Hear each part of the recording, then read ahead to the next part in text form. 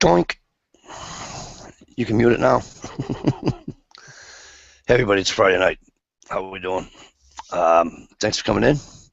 Um, I think not that you don't like the chat to begin with, because you guys are always supporting my chat, but I think you're gonna really like it tonight. Um, this is so far, I got a lot of invites out, but so far this is like the New England connection right here, the Northeast connection. Um, so if anybody doesn't know, everybody please say hello to NH Trapper. What's up, guys? All right, and and you guys mostly know Mr. Working Class Woodsman, but if you don't, and that's Working Class Woodsman. How's it going, everybody? Let me do a really quick rundown here, if I can, because Dish ain't here to do it, and Ohio's not here to do it. And while I'm doing that, I am going to shout out Uncle Cow. Uncle Cow, how are you? All right, so DS Outdoors, how you doing? Good to see you. Thanks for coming. Of course, NH Trapper's in here with me and Ed. Hey, Michelle, how are you?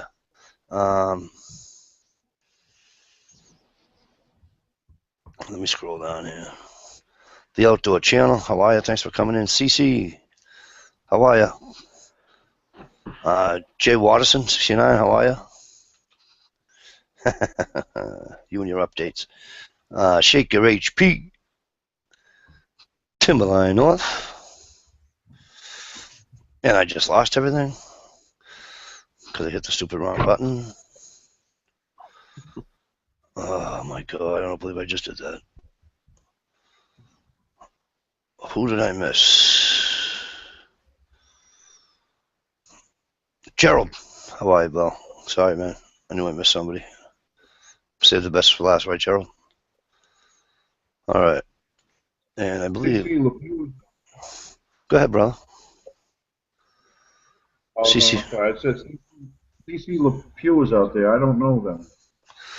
You don't know CC? CC's a cool guy. He's from usually hangs out in Jamie time. Comes in here, hangs around in here. Hey, Winning Wizard.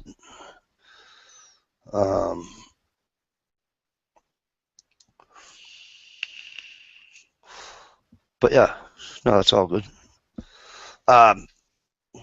So, like the title reads tonight, it's going to be a chat about hunting, fishing, trapping, anything else outdoors that comes to mind. That can be camping, that can be, I don't give a shit, hiking, that can be anything you want. I just didn't have enough room to type it all. All right, they only give you enough, they only give you a certain amount of characters. So speaking of characters, these two characters went out and did some trapping today. So, you lucky bastards. And you, sir, you had your beaver. I just got done watching your beaver roast. So last night, right, Bri? It's like 11:30 at night, 20 after 11, right? Yeah. And I'm watching some videos, and for whatever reason, his doesn't come up in my feed. I gotta go find him. So I go find him. What's he doing? Cooking. Roasting a beaver. Cooking. No, was it the beaver? No, he was doing his eggs and his. Oh yeah, the mushroom one. Yeah. Right. So I'm like, wonderful. I'm like, oh, that's great. I'm watching, and I wrote it just like that. I says, I'm watching. It's 11:30 at night, and now I'm starving. Thank you. And then I just watched the beaver one after I ate, and I'm like, damn. Of course, I did type nothing wrong with a little beaver. That was no. I've actually been eating. I've eaten beaver every day this week. Nice. I've never had beaver before. Well, this is gonna be funny. I never You eaten. can't pass them up. They're just too easy. You can't pass the beaver jokes up. I know. I've never eaten wild beaver before. How's that sound? There's no way to fix it. You can't fix it. I've seen some wild beaver in my day, brother. Trust me. But the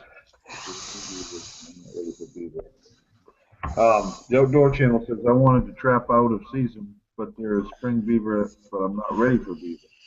But I'll tell you, it's I cannot tell you how good that that rodent is.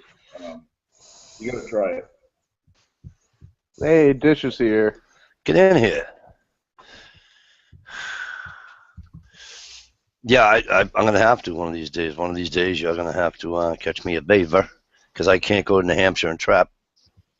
I still can't So- bring myself to eat a rat, so Really? yeah, I don't know. I've had squirrel. I mean, what the hell? My next one is my next one I really do want to kill, but the kids won't let me, is the groundhogs. You know, Yeah. so, and they're big, some bitches too. Yeah, I had a nice one cross the road in front of me yesterday on my way to work. You know. So, you guys went and did some trapping. Well, went and checked your traps, or did you set? So you want to tell us? Well, we were going to meet up about 10 o'clock this morning, but Ed had a emergency phone call to take care of this morning, so I don't know, he got here right about 11, and we took off for the trap line, and it was raining out, so it kind of sucked, but went and checked all the sets. I had 6 traps out, and only had one of the caster mounds disturbed, but the trap was still set. So, and then I was telling Ed about another spot on one of the property, on the last property we were at, that I'd saved for when he got there. So go in and set it, and made a dam crossover set, 2 caster mounds, and a very heavily area where the beaver have been moving quite a bit. You could see fresh sign everywhere. Nice. So hopefully I'll go in tomorrow and have 2 or 3 beaver. Cool. Actually, I'm in the process of uploading that caster mount set as we speak, so that'll be published pretty soon. So if people want to see what a caster mount set actually is, not that you don't already know, if anybody's curious. And I put a weird twist on it that'll be in the video too, and it seems to work very, very well. Elcho Channel is asking, WCW, is your rat season still on? Yes, it's on until April 10th is Yep. when our last day. Haha, ours is the 15th, I think. Haha. Aiden, Outdoor Channel, Working Class Woodsman and I are in the same state. We live about an hour and a half away from each other, so See, here's what you guys his don't. season is my season. Here's what you guys out in the external the chat in the comments, okay? And those listening at home. There's an hour and a half drive from me to NH Trapper and from me to Working Class Woodsman. So we're just a triangle. That's kind of weird. You know? Yeah. Well, actually, I apologize. I tried to upload it, but it hasn't actually gone onto my computer, so the caster mount set won't be up for a while. But I could Okay. do the crossover set though. That was pretty cool. That's cool. No, I was telling Mikey backstage that I didn't film 1 second of video today. That was all you. I said the last place we were at, I think we were there almost an hour, and you got about 45 minutes on camera. Oh yeah, actually, I got a week's worth of film if I wanted to edit it right. Oh wow. See, I don't do that. I take my videos short, sweet, and upload them same day. I try to anyway. I know. I get a little bit. My videos get a little long-winded sometimes. I don't know. I like it. I don't mind. It's the nature of the beast. Had a little bit of excitement on my trap line too, by the way. Ooh, what'd you Yeah. get? Well, I didn't catch anything, but I had three. I missed a pole set. The trap was the trap was off the platform and it wasn't sprung, and one of my bait was gone. And I had two Connie bears sprung, and I think what happened on one of them, I had an otter or something up on the beaver house, and he kicked the dive pole. The dive pole set the Connie bear off, so I had my dive pole was not Connie bear. Ah. So I'm trying to surmise what happened, but I've got otters that are screwing around at that beaver house, and they've dubbed me twice. So, I know we're talking about otter sets tomorrow on Timberline's channel, but if you can find a spot where, like, the beaver or the otter are coming up onto the house, set it with a foothold on a drowner wire. that's what we're doing tomorrow, actually. Yep. We got three. Jim made up three new platforms that are solid, and I'll have three more leg traps tomorrow, and we're going to set three more grounder sets just for that occasion.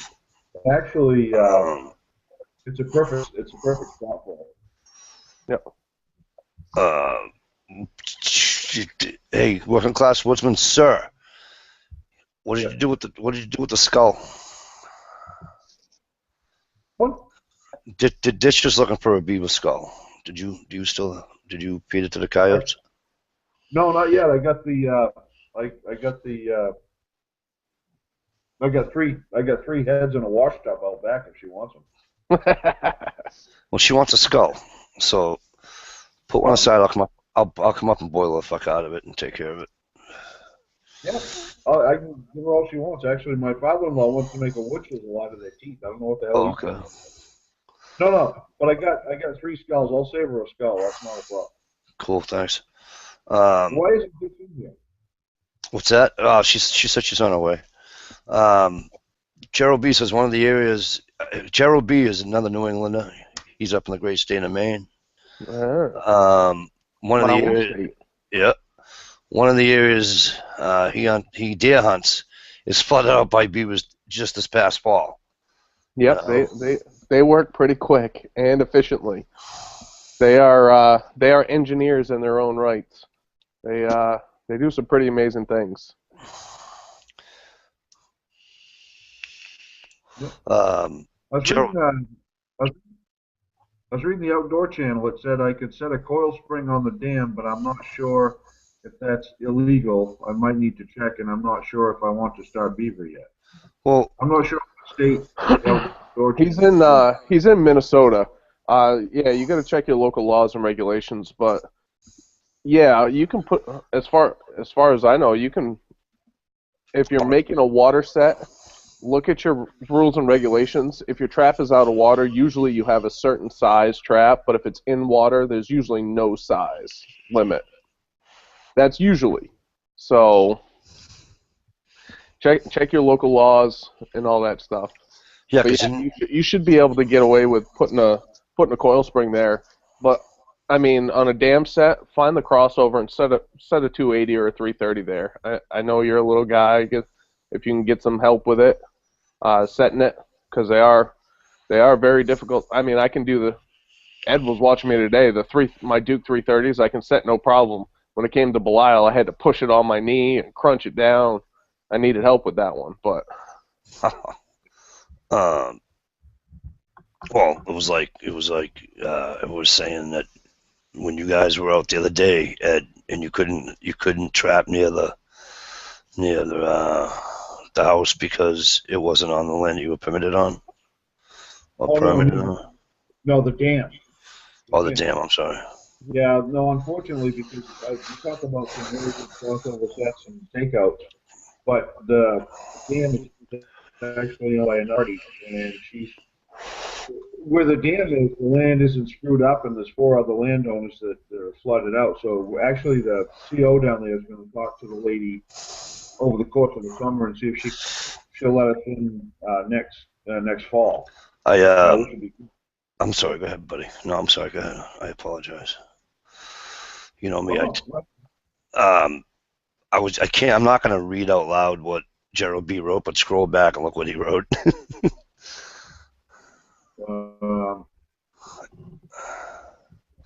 Okay, I'm working on it. Yep. It's right above your we can't set in a muskrat hut either.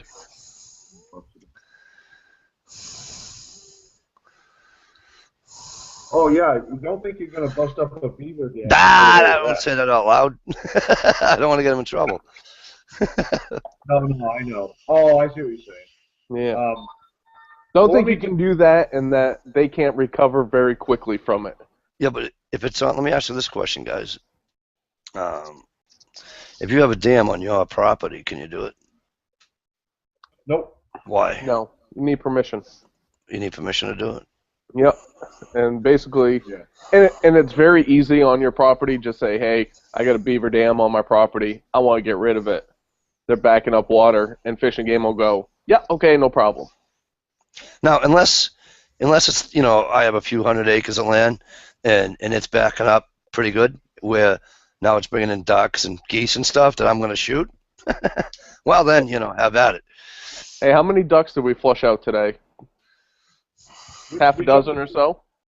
Yeah, we jumped up a couple of nice wood ducks.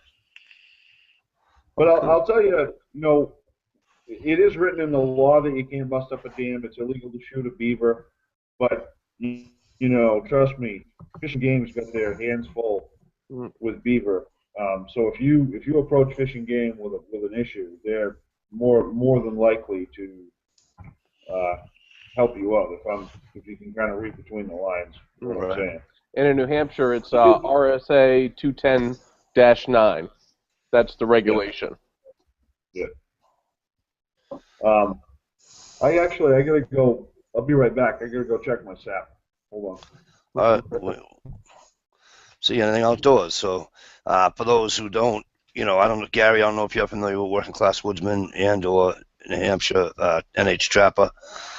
Who else? Somebody else in here. GI, I don't know if you are. Who else? Groovy outside. Groovy. If you guys, you got, not me, because you guys, I can't, I got little ones. I got little kids, so I can't do that.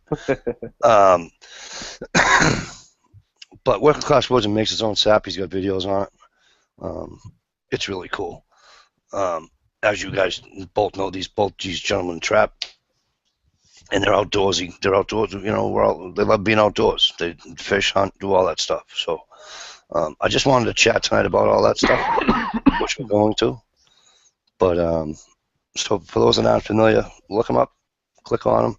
NH, he's been typing in there anyway. So NH is typed in there. Working Class Woodsman's been typing in there. So just click on their name and you can go from there and check out their videos. And for those of you who aren't subscribed to me, I know a bunch of you are in here. I caught a 60-pound beaver a couple days ago. So boy, was she old. Ed had to walk back up the hill with me with nothing today, and that was just a workout in itself. Greenhorn. Greenhorn, you got caught too, haha. He did it to me. Right, my friend? Right, Ed? That's right. You and my buddy Sarge? I just text Sarge, actually. I don't know if he's sleeping or not. But. So one of these nights we're going to get him on here too. Yeah, I just hassled him and said, hey, if you, unless you're old and asleep, Mikey's got a chat. So let me tell you. Hey, let me tell you something. If he was to ever jump on here and Dish came on here, it'd be all over. What do you mean? Dish just likes his channel. She thinks he's a good guy. That's all. Nothing, No, there's nothing. He's a great guy. She was all excited. She was all happy for me when I went ice fishing with you guys. Do you know you ice fished with, what did she, just get in here and tell me what the hell you exactly said, will you please? What did you say? You ice fished with, Actually, I'm going to be working with Sarge next weekend. do you really just want me to go like this to you sometimes? Trunk back Jim's in here. Hey, Jim, what's going on? Thanks for coming. Good to see you. What do you guys do? Going out in the woods? Going doing the thing? Hey, I'll be right back, guys. I got to step out for a sec. All right. doing the school and stuff there? Yeah, he's got a basic school next weekend. I'm gonna give him a hand with it or whatever, but Oh, it'll be that's fun. awesome. Yeah, the 2nd and the 3rd of April. He's got like 6 or 8 students, I think. Oh, good. That'll be fun. That's a Yep. plus. It'll be good. That's always a plus. You Of know. course, it's opening weekend salmon season too. Yeah.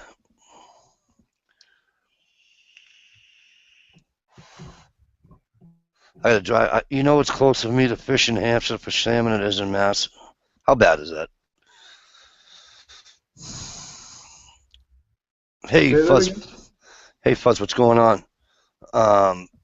It's closer for me to fish for salmon in New Hampshire than it is for me to fish salmon in Mass. And no, not just because I live 2 miles from the border. It's Right. the lakes that I'm near don't have salmon. I got 2 lakes in my town. They just don't have salmon on them. And I got 1, 2. I forget how many rivers. Merrimack. The Merrimack River runs right through. You know what I mean? Yep. And I wouldn't eat any fish out of the Merrimack unless it came down past the dam. So, and for those that, Oh, there's a dam in Lawrence, Massachusetts, where that's where you can go for striper fishing from there all the way out to the mouth of the river till it hits the ocean. And that's the only like really clean part of that whole river. Landlocked salmon, sweetheart. Yes, there is. We have them here in Mass at the Quabbin Reservoir.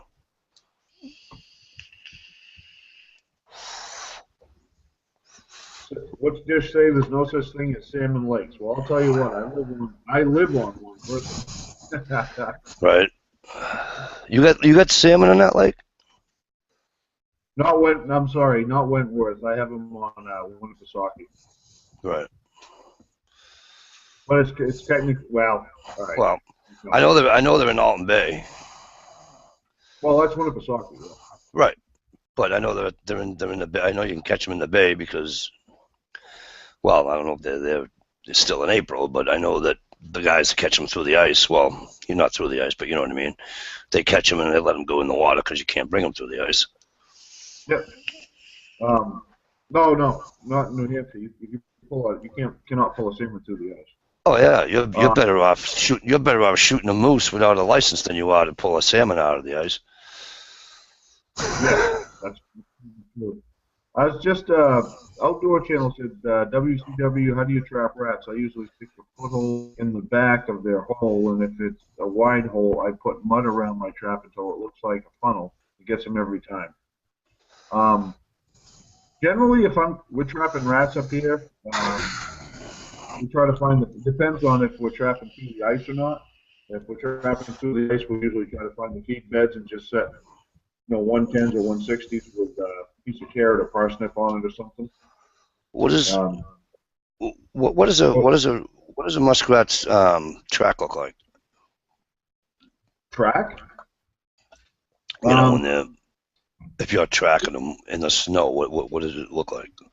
Well, you probably won't see it in the snow, but you'll see it on like a muddy bank. It's kind of a wet. It's kind of I don't know how to explain it. They have like a weird web type foot. It's a very distinct track, but so they have 5 points, right? I think so, yeah. I guess. I'm sorry, Mike. I was actually I forgot what the hell I was talking about. That's right. I know because I do that to people. I'm sorry, buddy. Oh no, that's trapping muskrats. Yeah. Yeah. Well, in New Hampshire, we can't obviously we can't trap within 15 feet of a hut. So we you either try to do bank sets, blind sets, or you do feed beds. And if you drive a stake down with a 110 with a piece of carrot on it, you're going to get them every time. That's how we do it. Anyway.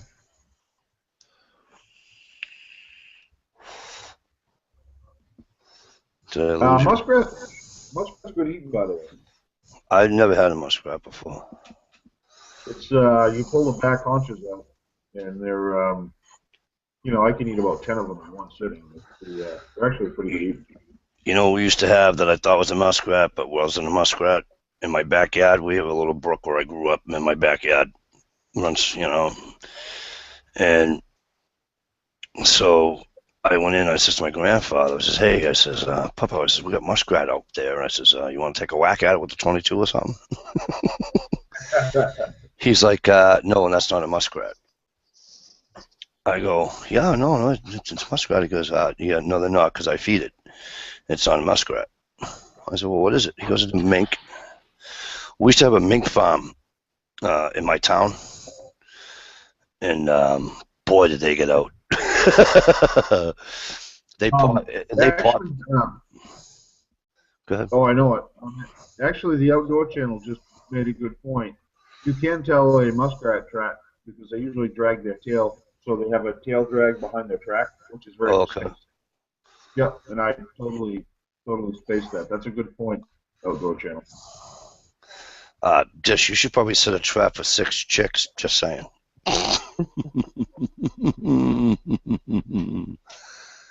No way, Bird Dog's in here. Bird Dog.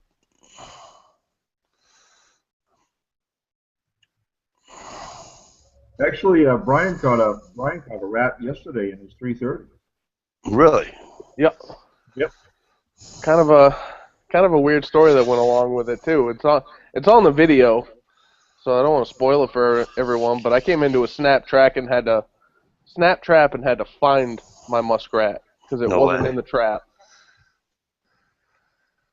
Yep. All right, don't go any. Yeah, because you'll be a spoiler. Don't. Exactly.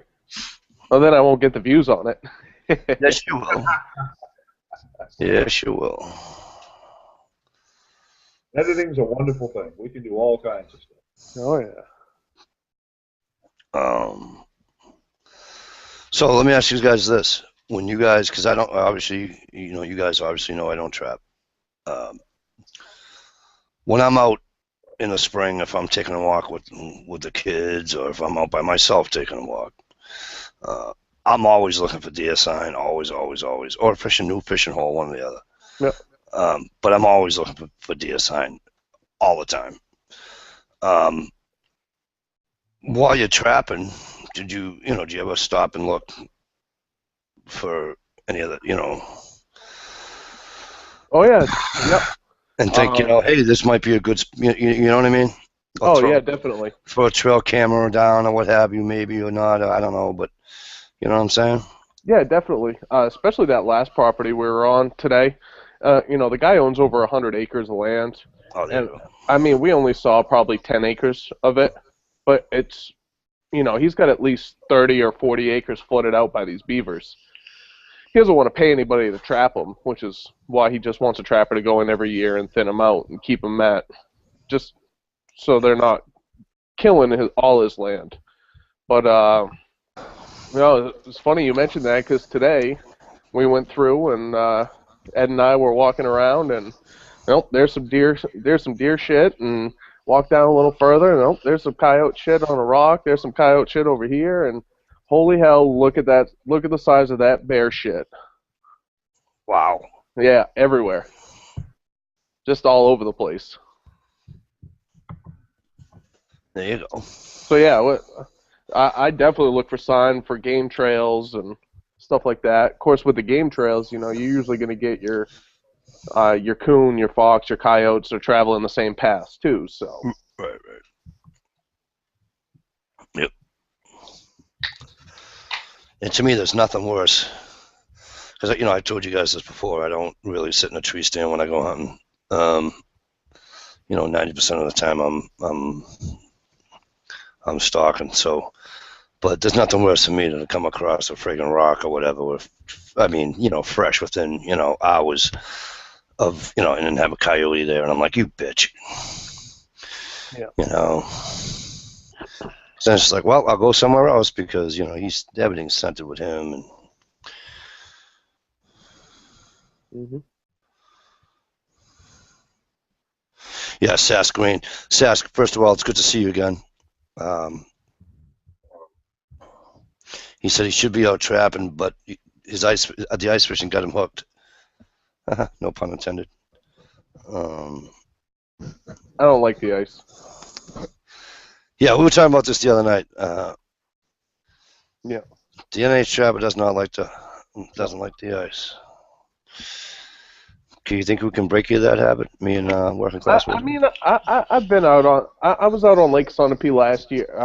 Not this ice fishing season. Last ice fishing season, and there was 2 feet of ice up on Lake Sunapee, and I felt comfortable there. But other than that, no. And we were supposed to be jigging for Lakers, because I grew up in Maine, and they're still togue to me. I still call them togue, but yeah, I guess because the they're Mainers lake call trout. them. That's what the Mainers call them. That. Yeah, but they're lake trout, and I've never caught one. I've never caught a landlocked salmon, and there's plenty up in Sunapee Lake region. And we got there, and I think I spent 5 minutes jigging, and then people started pouring into the shack, to my buddy's shack, and I think we ended up drinking 230 racks between all of us, and that was the day. Right.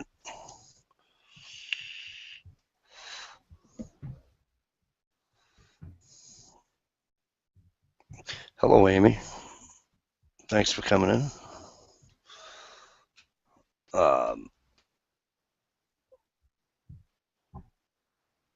Yeah, I mean, I was watching one. I was watching one of when Sarge and Ed went out, and I think it was the first time you guys went out, and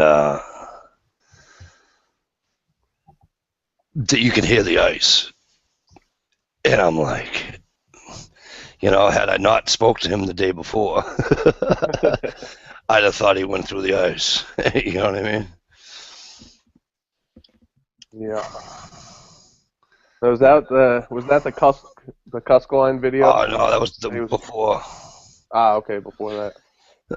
Yeah, I was actually on Sarge's channel. But wow, was that noisy ice, and that would piss me right off. Yeah, Gerald B says he catches landlocks and togue all the time. Well, I don't own a boat either, so I gotta find someone that can do some trolling. I do have a buddy of mine up at work who lives right across the street from Lake Sunapee who's gonna.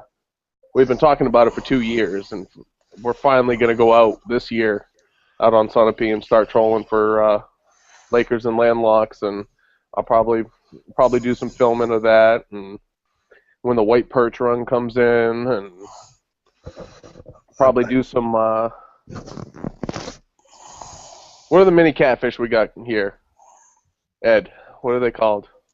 Bullheads. Oh, the bullheads. Well, they're bullheads, but what's the other term we use? Hornpout. Hornpout. Probably do some hornpout fishing, and in July I'm going out to New York to do some channel cat and blue cat fishing. Oh, and then I got fly fishing for the trout. So. See, I don't know. I can't do the fly fishing. That's just an art that I don't have time and energy. Gee, I'm still learning too, so it ain't pretty. I moved here from Arkansas. What's AK? Arkansas, Alaska. AK is Alaska. Amy, you moved from Alaska to where? Back to the Upper Peninsula in Michigan. Oh, you poor kid, you. God, I feel bad for you. Fuzz says if Mikey wants to try his hand at trapping coon, look at the silver lines at night that travel the wastewater. Listen, I could trap in my backyard. I can get a red fox right now. I can get let me see, 1, 2, 3, 4, 3 or 4, 3 or 4 good sized raccoons. There ain't no muskrat back there because it's all woods. There's no water. Coon's good eating, Mike. And that's about it. Well, other than the groundhogs, but I shoot those with a pellet gun. But yeah, I get them right in the backyard. I could do it if I wanted to. do it with a live trap and then just, dispatch them with a pellet gun.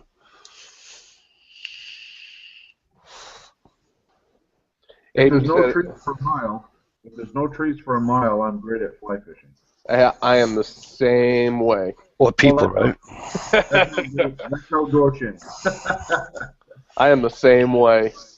I catch every tree within 30 feet of me. Oh, Amy was close to Canada and Alaska. Timber said she's getting closer to Canada, moving from Alaska to the UP. She, Amy, you're talking to two guys. I don't know about NH Trapper, but you're looking at two guys on a panel that would love nothing better than to go to Alaska. No, you're looking at 3. Okay, so now you're looking at 3. So, and you moved back. See, there's 2 places on this earth that I'm not allowed to go to by myself: Alaska and Vegas. Not allowed to go to either one of those by myself. Yeah, if I ever wanted to move to Alaska, I'd be a bachelor pretty quick. Oh yeah, me too. I'd just be like sent for the children, There's no way she'd. I gotta tell you, my wife, being the sweetheart that she is, she would go to Alaska with me, but she would not be happy. She likes the sun. Right, my wife does too. Yeah. Actually, I talked to her tonight. She may be headed back to North Carolina in a couple of weeks. Oh really? Yeah. Get out of this rut. Gerald B says, try a 1/4 ounce blue and chrome little cello spoon with a chunk of Nightcrawler on it, trolling at about 1 to 2 miles per hour, about 75 feet behind the boat in the prop wash. Yep. Then he said, he said it nails the landlocks. That'll catch a landlocked salmon. Yep. The guy I go with, he puts out 4 rigs. He puts 2 on the bottom for the togue, the Lakers. Yeah. He puts them on steel line, and he just puts like a flat bill or something on the bottom to kick the dirt up to get them to come in, and then he runs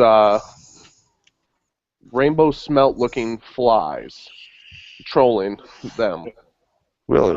For the landlocks. I've never been. Hey, Stumpet, how are you? Thank you for coming in tonight. Stumpet, I tried to get a hold of Stump. Is he gone nighty night?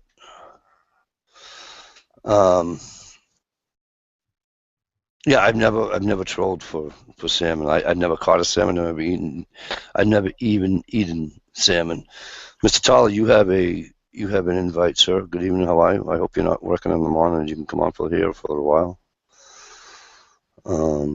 Yeah. So that's going to change. Go ahead, bud. That's going to change real quick because we're going to hook you up with salmon and rainbow here within 2 or 3 weeks. Yep. That's fine by me. Yep. Actually, we do really good just trolling gray ghosts at about 3 miles an hour. Yep. Yeah. Yep. The only I ever trolled for was out of the back of a sailboat to boot. My father-in-law's sailboat, God rest his soul, was blues. Believe it or not, he caught more blues trolling on a sailboat using frozen mackerel.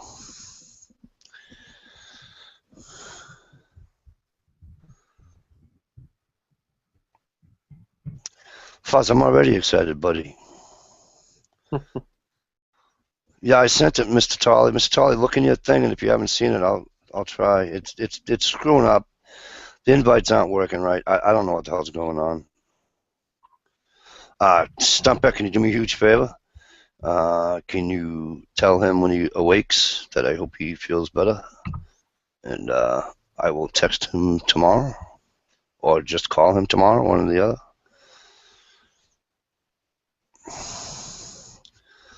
Outdoor Channel says for muskrats, all he uses is apples and carrots.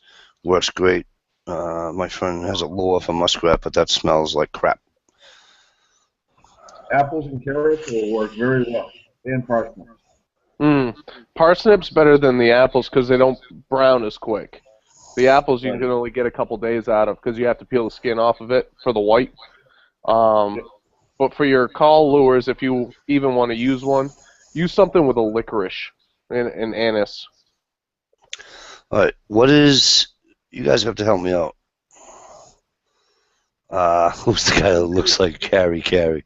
Thanks, brother. Who's It's my buddy Will Hornbuckle.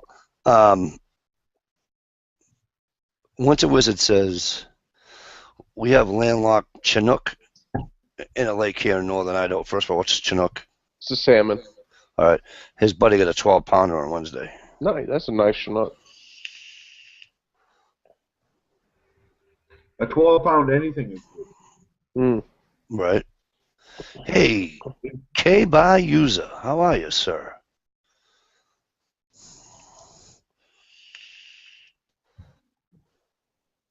Oh, K-Bar Yeah. user. How you doing? Yeah, Joe doesn't have the rainbows up there. He's got the brookies. All right, Mr. Toller, let me. Yeah, I miss going fishing for native brook trout. We used to go up to the Rockwood area every summer, and that's all we would do was drive the logging roads and find the little brooks to fish the brookies. Right.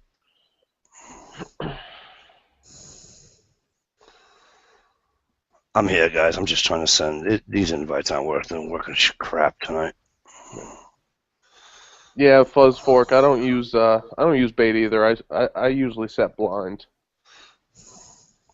Still have yet to use a bottom edge set though. The one set I haven't had to. It's the one I haven't messed around with.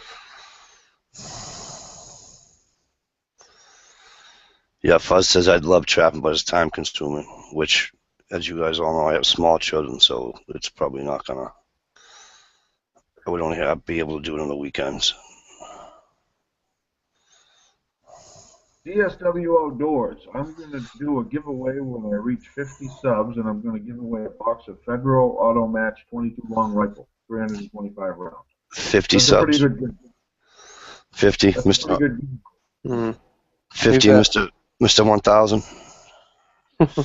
He's at 41. Oh Right my now. God. Who is? DSW. DSW. Oh, I thought you were saying. I thought you were saying. No, he's reading from DSW. Oh, I don't know how to screen share. Yeah. Well, I can't screen share because it'll give him his email out. SAS Green just sent me a picture of a pickup truck in the ice. Oh, nice. Just so you can, feel better of not wanting to go ice fishing. That's what Gerald says. He goes up to the Rockwood area. Lots of nice little brookies up there. Yeah, there are. I haven't been up there in 20 years, though, unfortunately.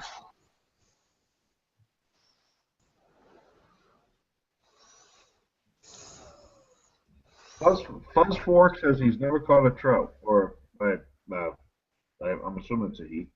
Yeah. He's never caught a trout. No, that was my first trout that I brought through the ice in February. K-Bar User says, Mr. 1000, LOL, haven't hit 904 years. I hit 200 in less than 2 months. Yeah. Well, I had a lot of help on the way. Well, but you're doing, you got a good channel though. You're doing good. You're catching a shitload of beaver and otter and muskrat. Yeah, I still got 5 more to go for my goal of 10 for the spring, so hopefully I pick up a couple tomorrow. Oh, SAS. Go ahead. Oh no. I was just gonna say I think you're gonna pick up one in that crossover for sure. Yeah, if not tomorrow, then in the next couple of days, definitely. Yep. Amy says. I'm sorry. uploading the caster mount set, by the way. Oh, awesome. Yeah, that'll be up in about 45 minutes. Go ahead, Mike. I'm sorry. Amy says, yeah, I did everything for BP today. I'm assuming blood pressure. I don't know. And didn't pass. Great Obama plan for natives. My urine was too clean.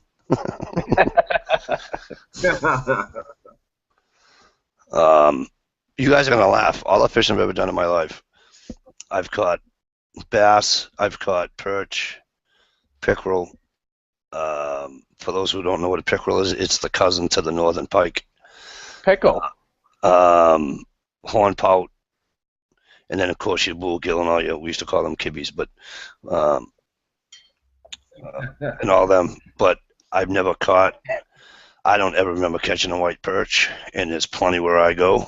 And Ed can tell you where I go, and I know Brian knows where I am. So, and that's it. I never. That's why I stuck to the ocean, really, because I used to catch everything out of the ocean, you know. And now I have this gentleman with the orange and black hat on saying, "Oh no, you got to do some freshwater fishing, Mikey."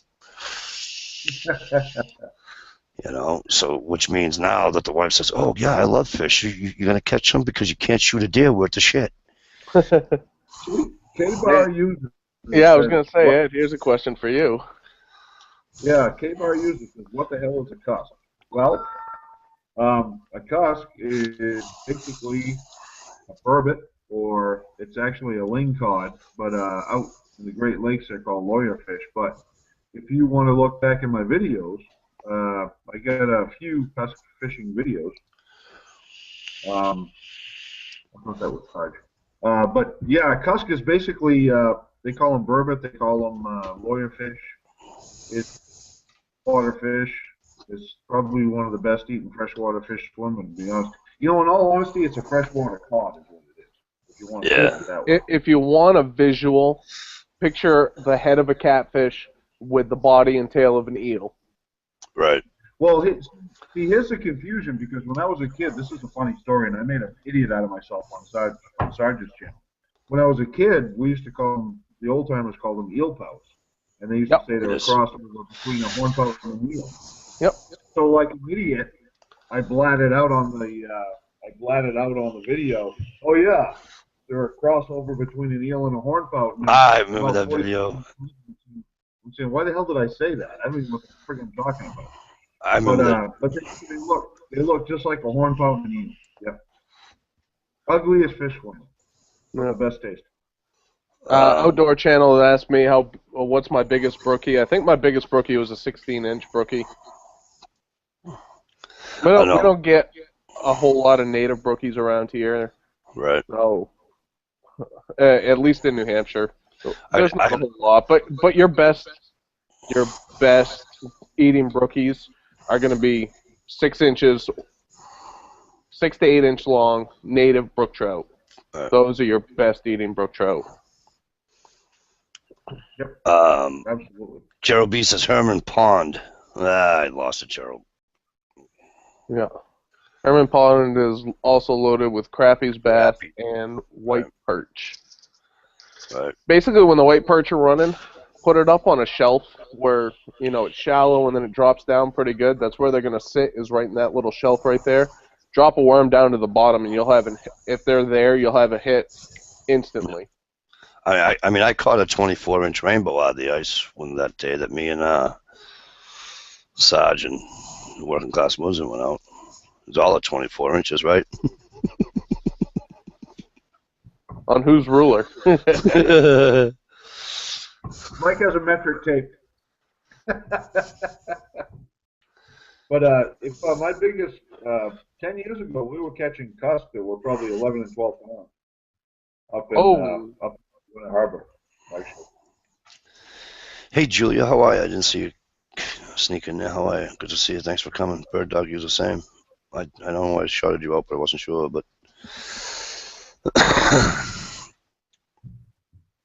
Car Carrier says striped bass is about the best fight you get around my way. Same Stripes here. are definitely a great fish to catch. Same here, Double K. Same here. But if you want to get some good freshwater fighting, smallmouth bass. Kibby. Pre-spawn smallmouth bass. Pound and a half. And catch them on a 4-weight fly rod. Pound and a half bluegill will give you a good fight, especially if it's a kid trying to catch it. Those are fun. It's fun watching, you know, because they hit that son of a bitch and they just take it, you know. Yeah. And And the kids get all excited. Like, Dad, my bobber's gone. It's under the water. It's gone. Reel it in. Let's go. Drag it. What's cool is my 9-year-old. Gerald, I'm sorry, Mike. Gerald B. said the first cuss he ever caught was up in Schooldick Lake. He was drunk as hell. He said he was drunk as hell, and a light rain on the ice made it impossible to walk, and he pulled a 26-inch cuss through the ice. That's pretty cool. It's nice. It's a nice fish. Hey, Mr. K-Bar User, sir, it's a pleasure, and thank you for coming in, and I hope you're, when you can come back, on the thing, just email me or whatever, message me or what have you. You know what I'm saying? Hey, Peanut. He's a great guy. Oh, he's one of the best. He is an absolute great guy. Yep. Absolutely. Peanut Ascos, how you doing? Mr. Tolley, sir. All right, you're in here. Mr. Tolley, have you ever been on with that Working Class Sportsman before? Oh, yeah. All right, but I don't. You have him with NH Trapper. NH Trapper. This is Mr. Tolley. Mr. Tolley. NH Trapper. I'm doing great. How are you? Oh, is that Mr. Sullivan? The guy that I've been waiting 8 months for a 1911 holster from? Is that? Uh-oh. Hey, now. Hey, I'm working on it. Damn, man.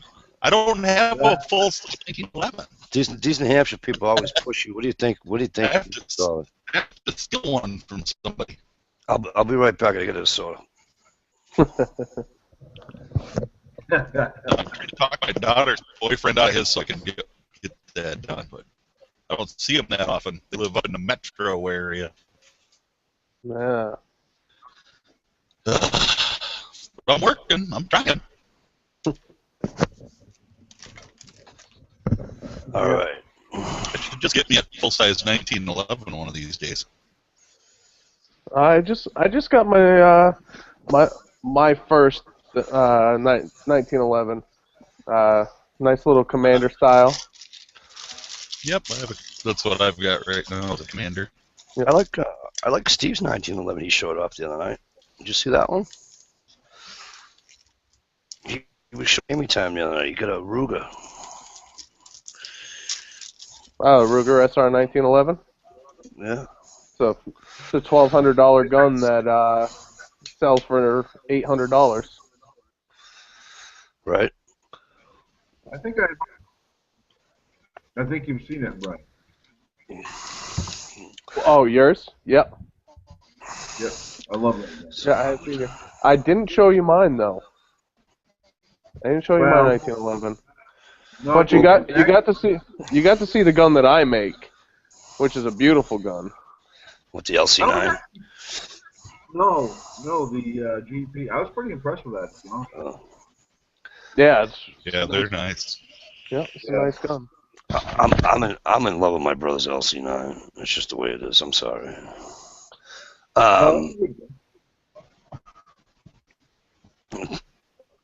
Gerald, if you need help with boat work, damn, I gotta move further north. Yeah, you got to get out of the Commonwealth. Gerald's in God's country up there. Have you been to Schooldick Lake? No. Oh, it's beautiful. It's so nice. I'm so quiet. It's just.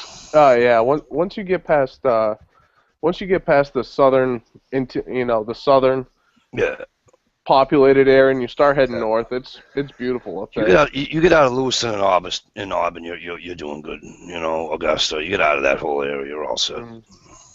That's the armpit of Maine right there. That area. Lewiston, Auburn.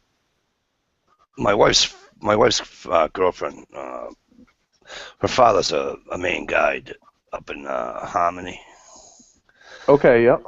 And he sent me his cards and everything. He wants me to go up and go hunting with him, and not as a guide. He just wants me to go. But yep.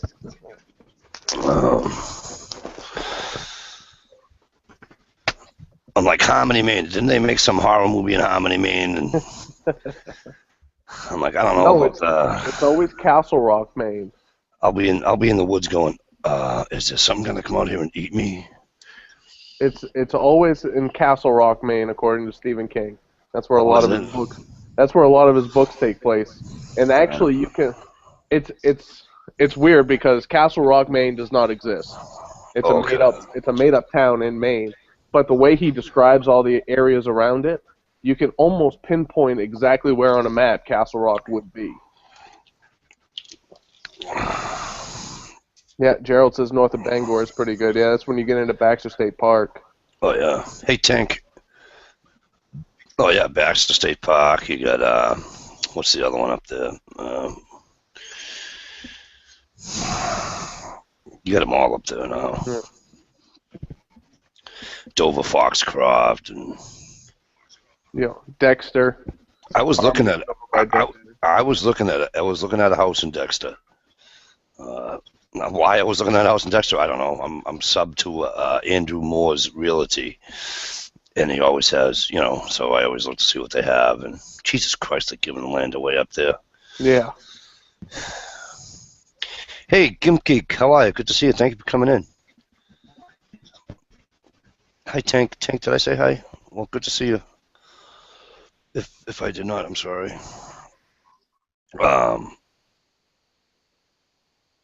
Mr. Tolley, did we find you a hunting partner yet?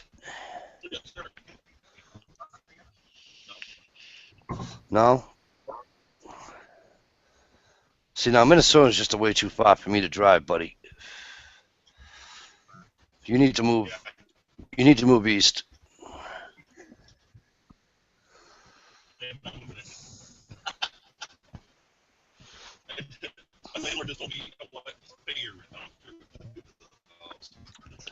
I lost you on that one. What? My landlord just told me that just pay your rent. She don't care what I do to the house because I talked to her about putting the sink down here in the basement. There you go. So she don't care what we do. Yeah, Gerald, look him up. He's a cool guy. He's a cool dude, Andrew Morse. He does Southern Rustic. Oh, Jesus, you sound like a Mainer. What? Rustic. It's not a rustic county. It's rustic. Whatever. Yes, sir. Yes, sir. That's how we do it up there. Yeah. Yeah, I'll come back now. Yeah. Well, hey, how do I get to Joe's Variety? Well, you see that oak tree right there? Yes, sir. You take a right up that oak tree. You go down where Bobby met Sally under that white pine. And after that white pine, you did take a left there for about 2 miles. Oh my God! And I have more teeth in my mouth than they do. I'm just teasing, Gerald. You know I am. I love that. You're gonna come to the corner store. But I'll tell you what. Let me tell you something about that corner store. Hey, Dusty. I'll tell you what about Maine and New Hampshire. Well, let me say this: Northern New Hampshire. Okay, because Manchester, it's a cesspool because it's mainly Massachusetts people to begin with. Yeah, Manch Vegas. All right, exactly. You get north of Concord, northwest of Concord. You go over to Northwood area, Chichester area. All through there, Epsom, all through there up in north. Yeah. And they're good people. You break down the road. Whatever you run out of get whatever the case may be, somebody will pull over. You need a hand. Mhm. You do that in Manchester. Yeah, no, it's not. I don't go down to Manchester unless I'm carrying at least one gun. Exactly, or Nashua. Oh, jeez. My wife wants to go down to Nashua to the Christmas tree shop tomorrow, and I'm scared. Just because when she wants to go to the Christmas tree shop, it ends up going to the mall and going to makeup store and then this and that and all that stuff. And I looked at her and I said, I got an otter to skin tomorrow, so Because I was gonna do the I was gonna put up the otter today, and I couldn't do it because it rained all day, and the rain didn't give up until I don't know, almost 6 o'clock. And So we have a Brooklynite. All right, hey Sask, Brooklyn. I sent you that email. Did you get it? And Dusty? have a good night. Yeah, Dusty's? she's Brooklynese. Oh, hey, how you doing, huh? How you Hey, doing? how you doing? Hey, you got any doing? water? Want some coffee, huh? Let's get some coffee. Get some coffee and some water. Yeah, talk over the coffee, huh? Yeah, we take ours out of everything. They put ours in everything. You know, there's no Yep. R in coffee. There's no R's in water. No, but it is an idea, right? Right. It's an idea, not an idea. It's an a bureau. idea. It's a bureau too. Yep. It's Just like it's frustrating. It's- Not frustrating. frustrating. That's like my biggest pet peeve right there. How you doing? Hey, how you doing, huh? Oh, you were born at Queens, Double K? Double K, no way. In Queens, that's the thing in the place with the guy over there, right? The guy over there. Yeah. I could do share if she was here. Listen, Fuzz, get in line, buddy. Get in line. She's all mine. The doggone girl is mine. She's mine. No, she's mine.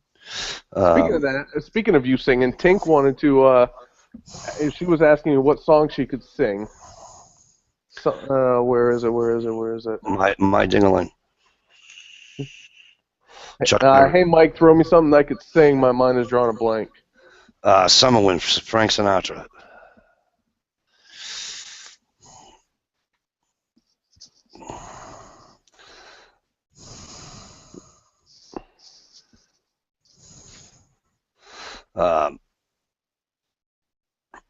What was I going to ask you?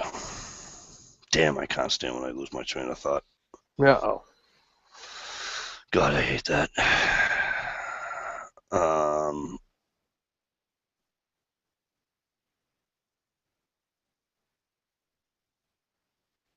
Jesus. Anyways, Yeah. so what's funny is that we're the shooting ranges that Ed took me to, / ATV trail. Yeah. Is also where they go hunting. Ah. So the deer are used to the gunshots anyway. Yeah, I mean it's,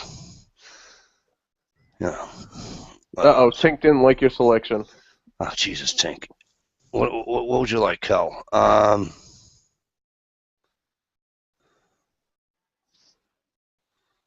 what do I got going on?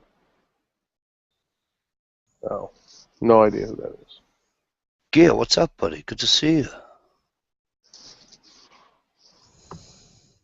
Gear Gryden? Cool dude. Funny as all shit.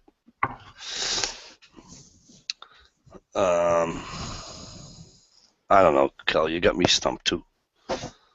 Oh, okay. No. But are you on, Brian, are you on Timmel's Panel tomorrow? Yes. We are talking otter trapping tomorrow, 7 Cool. p.m. Eastern Time on Timberline North. So check on that out over there. Oh, yeah.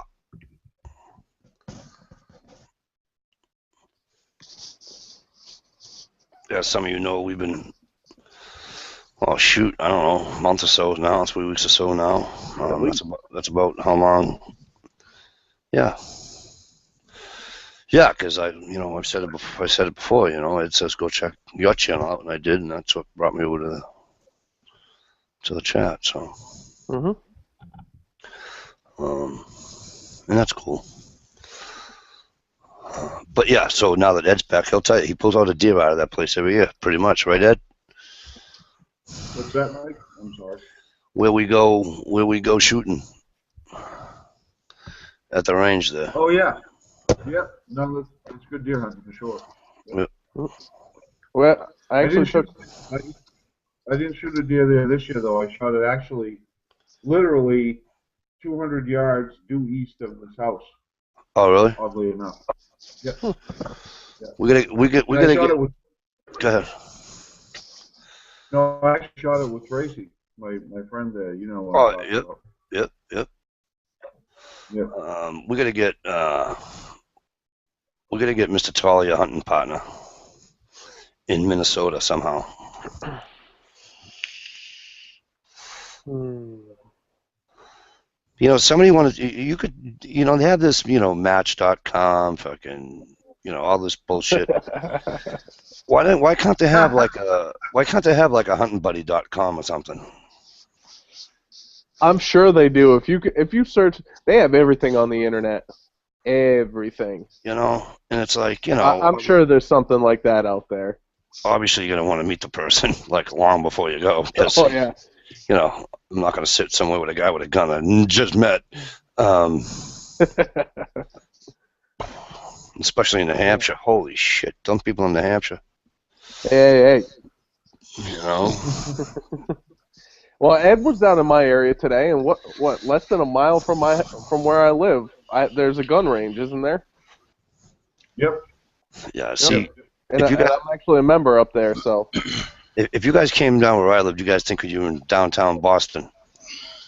Well, 90% of Massachusetts is downtown Boston anyway. Right. Until you get over to the Berkshires. Yeah. Yeah, I got about 35,000 people in my town, so. That's not a town, that's a city. No, it's a town. No. No, that's a city, Mike. That's Wow. It's well, about down here it's a town because it's run by a selectman, not a mayor. That's how they judge it. I used to think it was by population too, but Beard Ride makes a good point. He says, last time I looked for a buddy online, she cost me $2.99 a minute. That's good. Outdoor Channel asked me if I was going to ever post any live streams.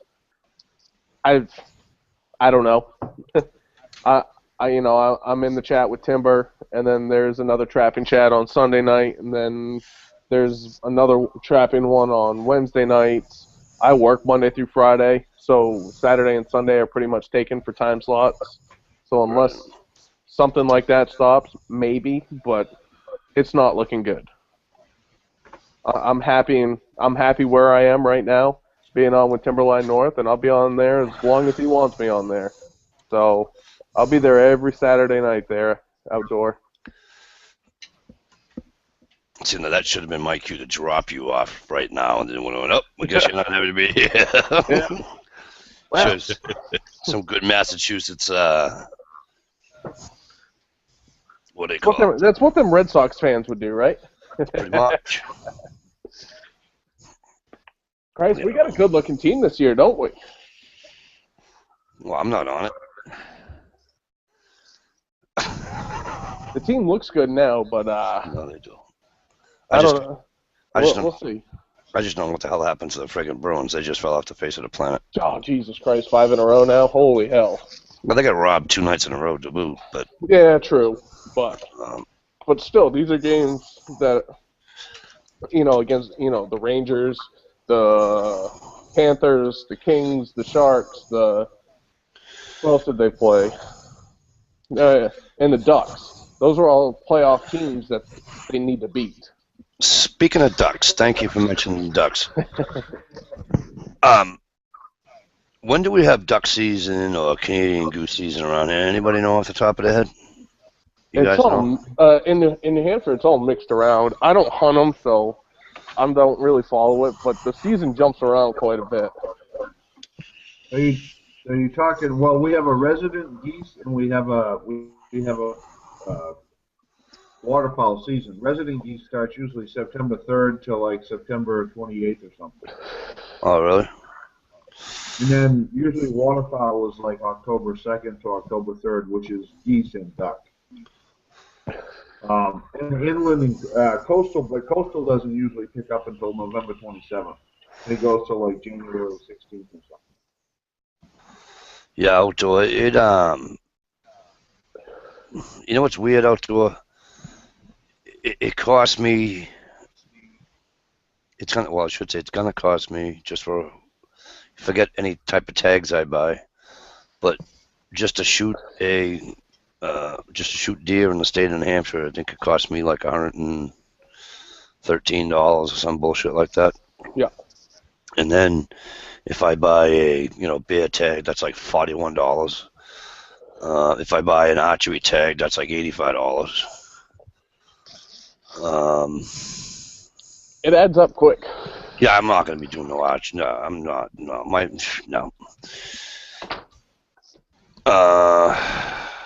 What do you? I forget what they charge me for muzzleloader. You guys don't even have a muzzleloader season, do you? Who's you? Us? Yeah. Yeah, we have 2 weeks before deer season, actually. Well, 10 days, actually. Oh, It okay. starts usually the first weekend or last weekend of October, and it runs for 10 days, and it ends like November 10th before rifle season.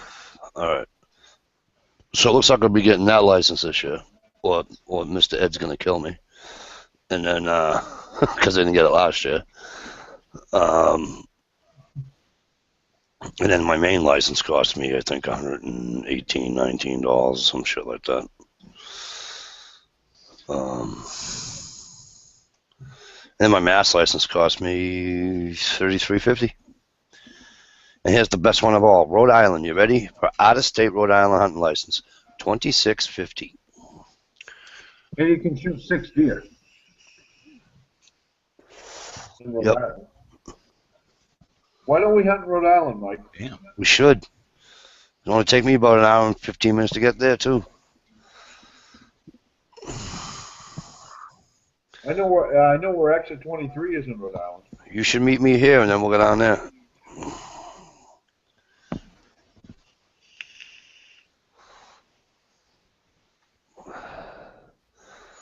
Yep.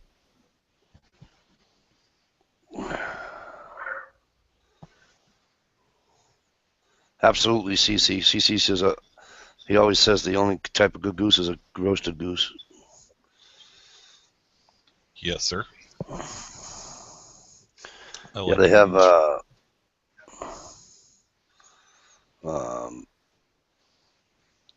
I'd never had Canadian goose either. I had duck. Duck was pretty good.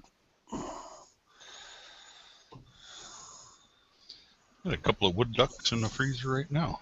There you go. A couple of wood ducks? Yep. Yes, sir. A couple of little woodies.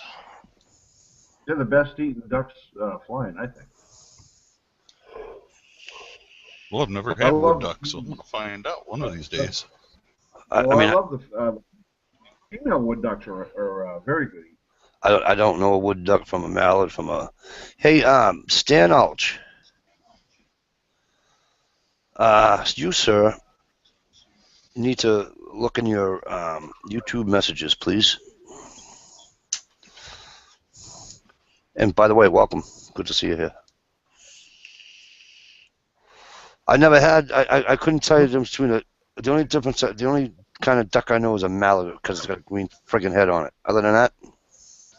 Mike, I've got a male wood duck on my wall, and you've seen it. You have a what duck? You know that duck that I have on my wall with the multicolor, the nice head? That's a male wood duck. And I know you've seen it. Oh yeah, I've seen everything. Pretty much everything that you have mounted. Yep. But that's a bird. Bird dog says she loves woodies. Bird dog. All right. So my brother gave me some venison. Because you didn't shoot a deer for yourself this year? No, but he got it from Roadkill Cafe 101.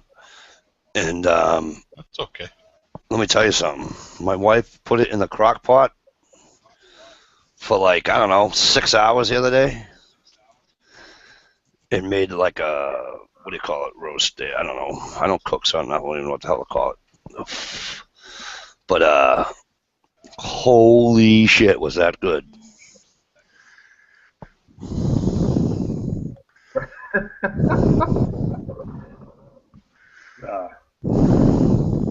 I believe you. Oh yeah, she cooked the neck. She put the neck right in, and the other. Oh my Jesus, was that good? I forgot just how much meat was on the neck of a friggin' deer. Oh, that neck roast? Yeah. Is there quite a bit there? Oh yeah. It's easier to roast the neck than it is to try to debone it and get all the meat Yeah. off to try to get burger. Oh, I know, right, Bird Dog? Mr. Toller, I know you can't read the external chat, but Bird Dog, Bird Dog 1227. Yep. She's saying how great you sound tonight. You're coming in crystal clear. well, I had my bandwidth upgraded, so hopefully it'll start getting better. I see the picture still doesn't work real well, but we'll work on that next. How do they say it? Little by slow. Yep, something like that. I got a silly question to ask. Turkey's coming up soon, right? Yep. What's that? May 2nd, May 1st, May 3rd, whatever the hell it is. Yeah, sometime in May. That's May 3rd.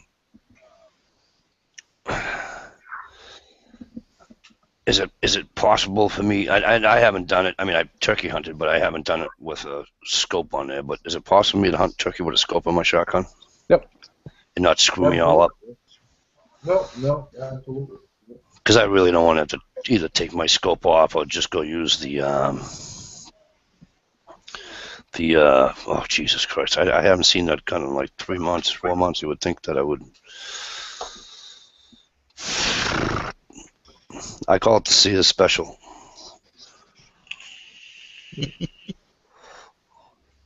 Because they got bought out by Sears.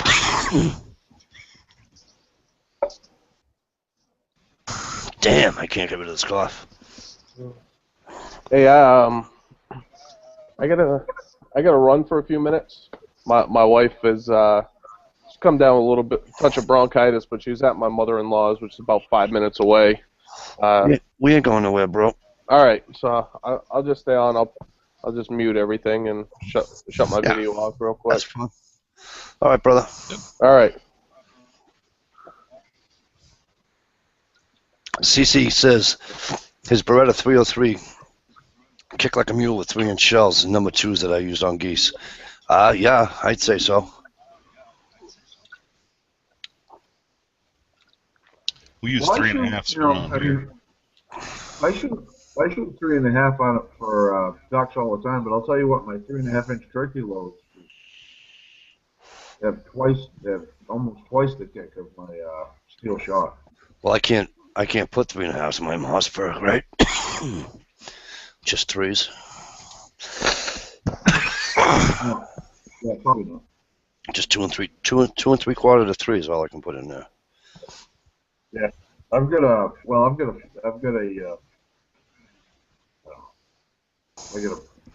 don't know how many shotguns I have, but my 1187 will take 3.5, and my Nitro will take 3.5.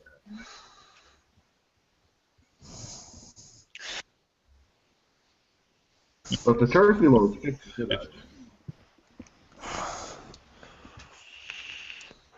Yeah, Really? I've shot some of them turkey loads before. Is They that got a little Teresa?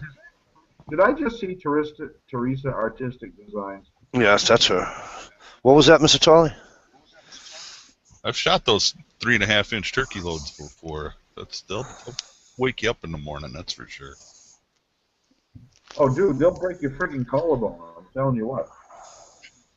Yeah, you really want to watch what you're doing. You don't want to shoot a lot of them.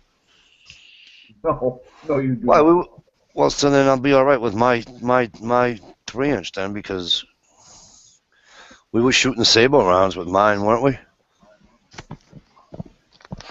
Oh, by the way, they make fun of me for not saying Sabot. Will you tell them it's Sabo up here? It's Sabo. See, down. You know where that, Mike, you know where that term came from? What, Sabo? Sable or Sabbath? No, Sabo. Sabot.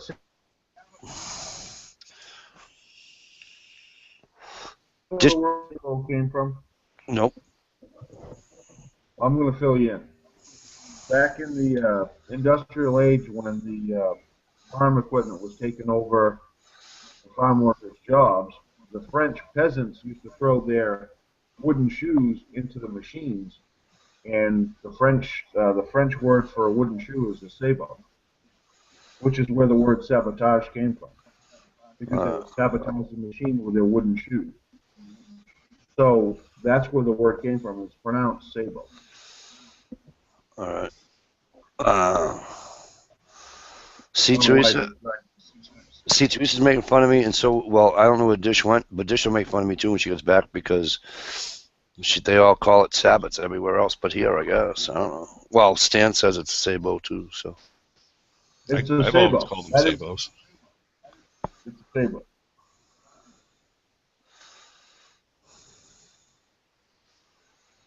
Hey, Mike, I'm not sure if you saw it, but Timber asked earlier if you knew that. Yeah, I've been trying to do that. I've had a problem with Mr. Tollers, I had a problem with GIs. Obviously, dishes. Let me try this again.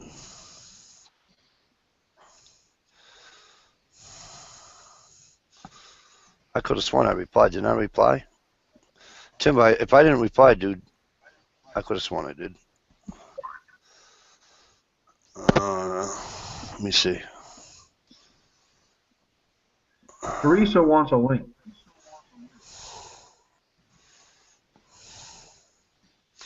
Teresa says that Mike send her a link if you want.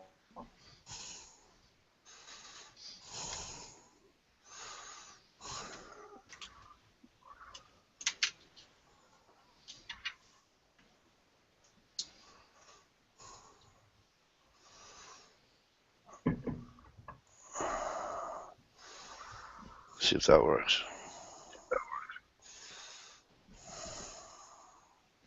Hey, Trevor, what's up? Hey, Trevor. How's it going, brother? Yeah, and shame on me for not saying that, Trevor, and thank you very much. I probably would have said it at the end of the chat, but it's nice for me to say it while a lot of people are still here. For those that still, fuck all that bullshit. Happy Easter, everybody. Yay! I hope the Easter Bunny's good to you, and if he can't be good to you, I hope the Mrs. Easter Bunny can be. I'll shoot the Easter Bunny if he comes in my yard. Right? He's tasty, I'll bet. Yes, you are, All Bird big Dog. and furry. Because you know why, Bird Dog? East Coast girls are hip. I really dig those styles they wear. I know I can't sing with the shit, but you know what? It was kind of funny. You sound like David Lee I Roth to do me, think Mike. so. Yeah, My ears are bleeding.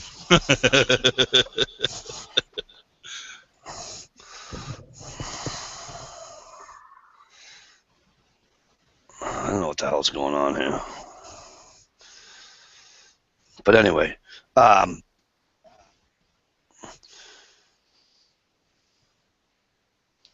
so we're gonna go salmon fishing. You're gonna need to tell me exactly what the, because I've never been. So You will love it. You talking to me? Hey, Mike, you talking to me or the? yes. No, I was talking to you. Oh, you don't have to do anything. We have extra fly rods, plenty of flies. All you gotta do is show up. And, Yeah, but I never fly fished before in my life. Well, no, salmon fishing, we're trolling flies. So all you gotta do is sit in the Oh, boat and drink coffee and wait for the food to go on. Oh, okay. I can do that. Teresa, no, Mike is afraid I will flirt too much. You think Teresa is a flirt? I don't know. I don't even know how to do that. How do you do that? What, troll flies? No, flirt. Oh, flirt? You went Get turkey Teresa hunting. Get Theresa on here. She'll show you how to flirt. Fuzz Fork went turkey hunting with a 12-gauge muzzleloader 15 What's that? years ago. Why not? Yeah, I but love muzzle. so you just use a slug? No, it's a shotgun, Mike. It's a shotgun. A 62 muzzleloader? Yeah. Yeah. What? Yeah. I thought muzzleloaders only shot.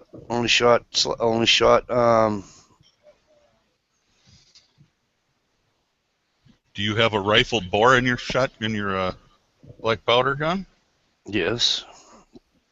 Then you can only shoot slugs. They make muzzleloader shotguns all the time. What the hell? I don't know. I don't have one. Any smooth bore muzzleloader you can shoot as a shotgun. Yep.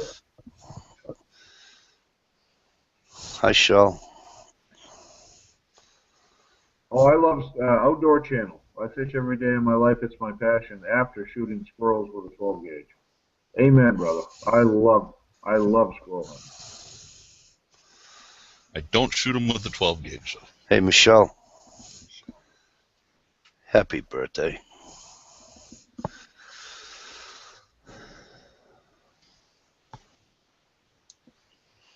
Didn't get my squirrels this year. Took my granddad's 410 out for squirrel hunting. You didn't get Stan, any squirrels? go ahead. Did not get a squirrel or a bunny. Oh, that's horrible. It is horrible. But I can't shoot them in town. Right. Those bastards are all over in town.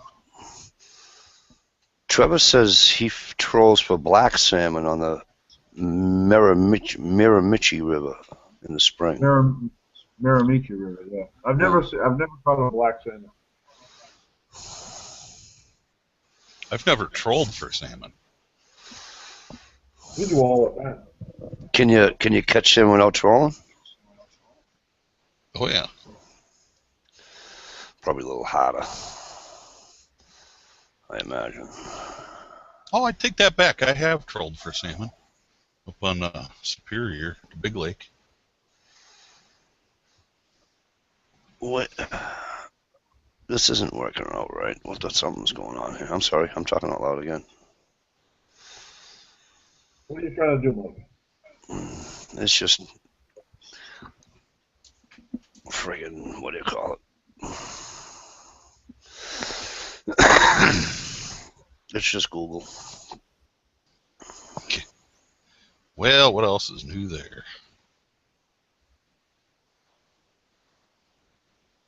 You would think I would know the name of my own shotgun instead of just calling to see a special. Jesus. J.C. Higgins? Was it a J.C. Higgins? Yeah, thank you. J.C. Higgins. Dude, the thing's so old, right?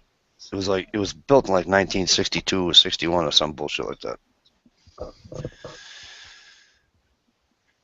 But I can't use that really for bird anyway because I don't have a plug for it.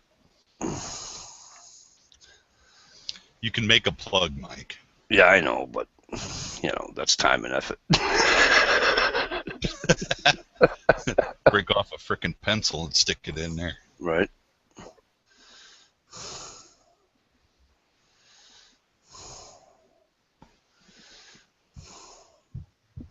Yes, Timberline. That's where Trevor's out of. Trevor's also a fellow Canadian.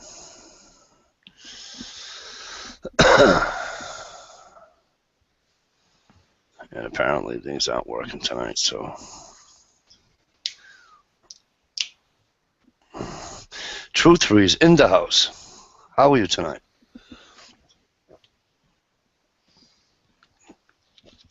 So can you, and what do you use for bait for salmon? Well, I still fly fish them. Well, I cast from spinners. Yeah. A lot of ways to get them.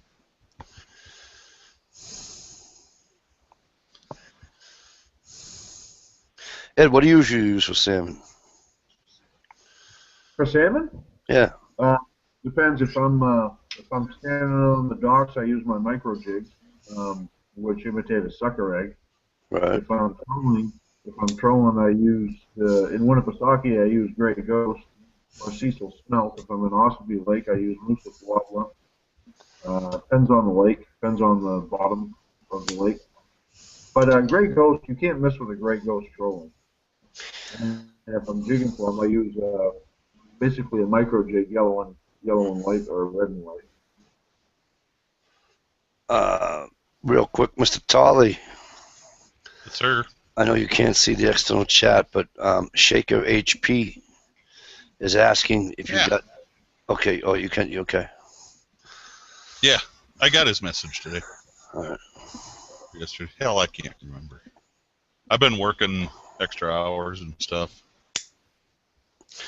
Yes, Dusty. Dusty's asking these days radiation regarding fish are concerned. Do you have a way of checking? Yes, Dusty, and it's the mercury levels is what gets the lakes. Just with every other fish except for salmon and trout, they say you can eat salmon and trout at any lake and river that you want. It's not an issue. There's a list. You can go online, and I can get a list of every pond and lake in the state of Massachusetts, and I believe there's only 5 that they don't want you eating any fish out of it. Teresa, have a good night. Just about any state. Yeah. I forget what site I went on to do it, but it'll give you a list, and it's all alphabetized. It's really cool. So, but because of the mercury, they always say that pregnant women or those that might become pregnant shouldn't eat any at all. So girls can't have fish. Well, unless it's trout or salmon. But I know the lake I'm on in New Hampshire. What's it say? 8 ounces of fish a month or some crap like that. I don't know. But Well, when I think about how much fish I eat, it's a wonder I'm not glowing right now. yeah. That'd be a neat trick, though. Well, I mean, I eat, Jesus, I mean, I don't know how many hundreds of fish I eat out of these lakes, but honestly. Yeah, DS says only supposed to eat 16 ounces of fish every 2 months locally. Jesus Christ. Does that count for lobsters? Because I go through lobsters in the summer like it's freaking water. No, freshwater fish he's talking about.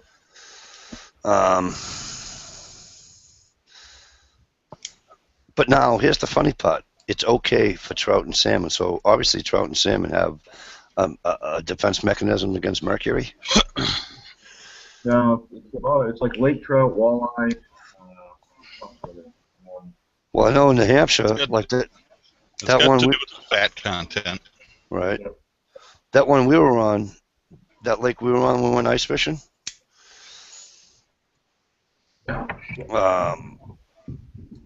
it says only to eat the same thing as, the Crystal Lake where I am. It says it's okay for trout and salmon, but not,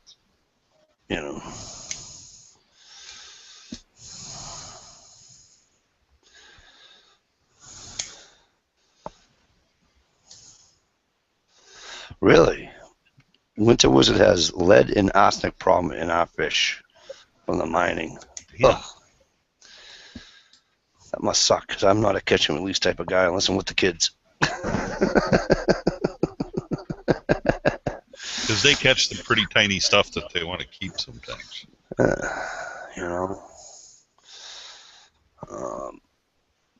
I haven't let my daughters eat anything they caught anyway, so. And my youngest daughter caught something big enough to keep and clean and all that, but I wouldn't let her do it. I probably My should. youngest daughter will sit. She will fish all frickin' day with the best of them. Mhm. She will clean those fish. She will cook those fish. She will not eat those fish. I get a guy at work that gets mad at me because he says, bass fishing bass are there for a sport fisherman. All right, let me tell you something. There ain't a fish in the goddamn water, whether it be fresh water or salt water. There ain't a fish out there I'm not going to eat. And so therefore, if I catch a friggin' bass, not only am I going to make a video of it, I'm going to mention your name in it. And then as I fillet that sumbitch and then put it on the grill, I said, he's like, oh, you're a jerk. Because I told him, as I catch a 10-pound bass, two things are going to happen. It's going on my wall or down my gullet. So, Well, I know here in Minnesota, if I caught a 10-pound bass, that bitch would be up on my wall. Absolutely. Because, we got the short growing seasons. And bass tend to grow seasonally. I did not know that until recently. Yeah. So in the summer they grow, but in the winter they stop. It's like they All spawn that to in, do with conserving energy. they spawn in early June. Yeah. And then when they're done, you can catch them all day, night. All day.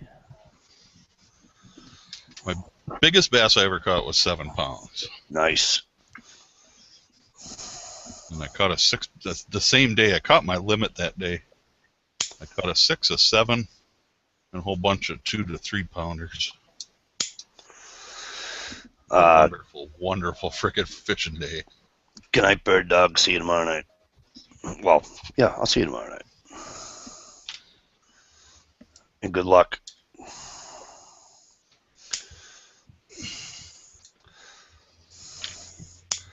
All right, shake your HPs in the Green Cup Club. Woohoo! Ed, have you seen that I yet? don't know about this Green Cup Society stuff. I know. I've been thinking about doing it. That's pretty funny. I like to be able to laugh. I do too. Sorry about all the hammering. What are you banging on? Notebook cover. I'd be a little different design this time, and I needed another notebook.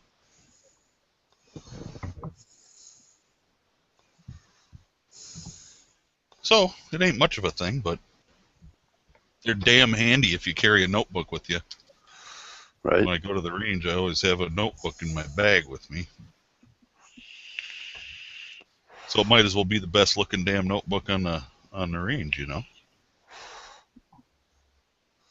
So, hey, Mr. Working Class Bosom, my friend, did you want to? Yes, sir. You don't obviously have to, but did you want to elaborate on what you're going to be doing next weekend? Oh, you mean with Sarge? Yeah. Oh no, I mean he's doing his he's doing a basics survival basics course, and he has to come down and hang out with him. No, he films Basically, those, right? Sometimes he does. He does and he doesn't. It depends. Usually he does some of the, some of the stuff that they go over in the course, and then at the end he does like a lot of still photos. Yeah. It depends. He doesn't do all of them. Sometimes he does. Depends on the group. He had a couple of guys out in the woods one time. He did it. Yeah. No, he's basically, he does a good job. He some of his courses are like 7 days long. Right. And I just want to tell everybody who we're talking about. For those who don't know who we're talking about Sarge Farrier. You guys know him as either Sarge Farrier, or if you're the name of his channel now is Woodsman Guide. Oh Jesus, I can never get it straight. Go ahead, tell me what it is. The Woodsman School and Guide Service. The Woodsman School and Guide Service. All right. But mostly, as we all know him as Sarge. Sarge Ferrier. Yeah. Sarge Ferrier. Cool guy. You guys all know who I'm talking about. Most people say, hey, Greg, what's going on?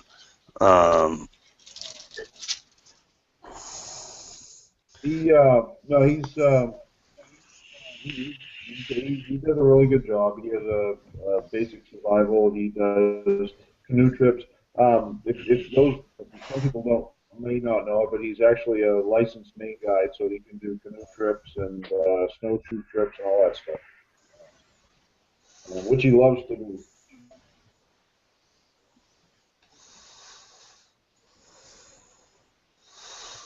Thank you, Truth Freeze. Thank you very much for the compliment. I love my bow and arrow. Yeah, he's gonna show me how to make one of these days. You're what? One of these weekends I'm up north and it's only a 20-minute ride versus an hour and 15-minute ride. I'm gonna or hour and whatever it is, hour and a half.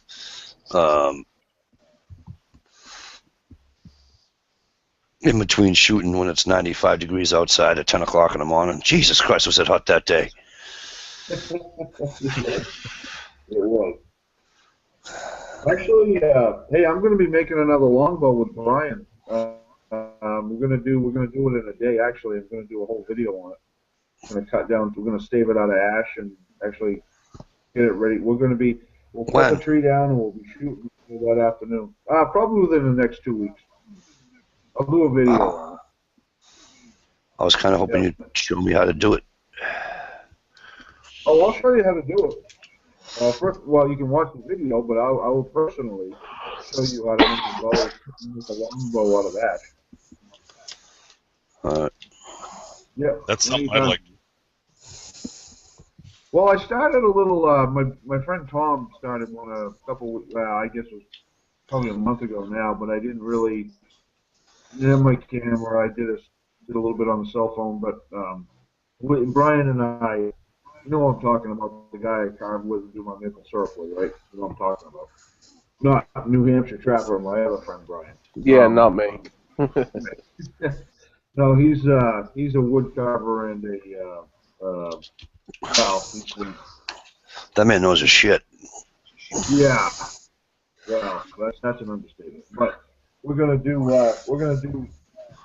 this summer. We want to do some carving videos. We want to do make some atlatls. We want to make some longbows, snowshoes, and all that stuff. And I'm going to do videos on all that, all the building of all those things. But I will definitely show you how to make a longbow if you want. Yeah, because I have nothing here to do it with, so.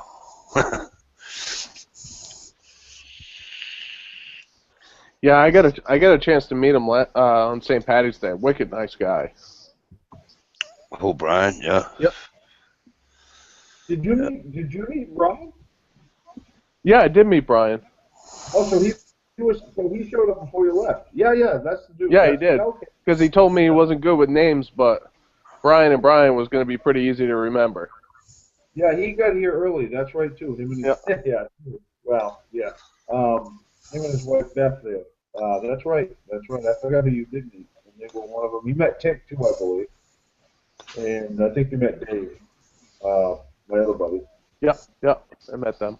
And Jim. I know you met Jim early on. Yep. No, he's a guy. You talk about a craftsman. That guy is he's off the charts. I'm trying to get him put into the limelight so we can sell some of his products and stuff. The guy's incredible. He does amazing. Hey, Trevor, I'm not sub to Ever Crawfish, but thank you. Trevor says want to know if any of us were sub to Ev Crawfish. He just found his channel, and he makes awesome knives. He's just not getting a lot of views on his channel. Well, we'll check him out. I can't remember if I'm sub to him or not. I think I am. That's Truth Freeze makes a good point. Bows are so expensive, more than basic rifles. We can get a Ruger American for about $420 in a 30-06. Yeah. You can shoot anything on North America, but some of the compound bows now are going for $1,800. Well, you saw the bow that I have. I have a Matthews Creed XS. Oh You yeah. know, Yeah, I saw. and my whole setup that was $1,500. Yeah. Oh, That's fuck. That's a lot of friggin' money. Yes, That it is. Dude, This is why- you could have bought a 375 H&H for that in a Winchester 37. I mean, in a Winchester Model 7. Or a M77. They don't do the. I don't think they do. They do the 375 Ruger, not the H&H. I'm sorry. No, Ruger #1. Yeah, #1. Yeah. And that's only if you catch them on a year that they're making them, because they switch their calibers up every year. That's true, yeah. That's a lot of money on a bow. Yeah. No, I'm But good. it's a nice bow. I had a Matthews Monster a few years ago and I sold it.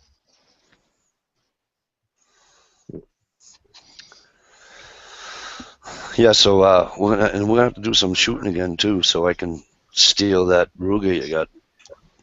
The 17 HMR. Oh yeah, dude. Did he tell you? Did he tell you what I did? So it's not on camera or anything, but I kept telling him. Well, no. The only thing I said on camera was, "You expect me to give this gun back to you today?" But I kept teasing him. I'm like, I'm gonna take this, right? And now, mind you, it's the first day we met. Okay. And so we're loading up his. We're all done shooting and everything. We're loading up his van. And I took the HMR and leaned it against my car on the other side of the van where he couldn't see it. Close the doors, everything. He's like, "Well, Mike, it's fun. We're gonna do this again. You gotta come up and do fishing. We're gonna go out and do some fishing before the season. And I'm like, "Oh, absolutely." And I go, "You know what, Ed? You're a real cool guy, and I would never do it to you whether you're a cool guy or not. But here you go, buddy." And I gave him his HMR back. He's like, "Holy shit, you did take it!"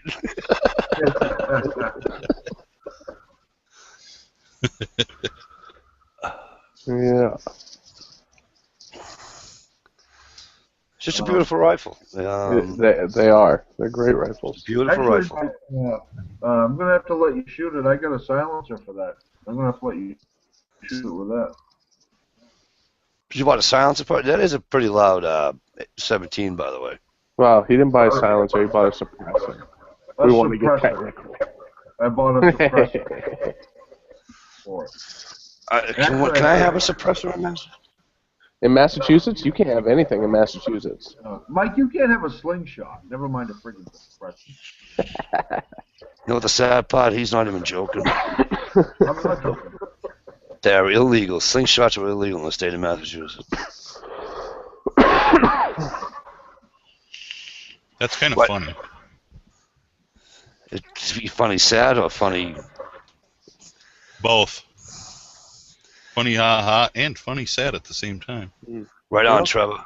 Trevor says the reason I don't have a bow is I have a hard enough time getting a deal with a gun. Right on, brother.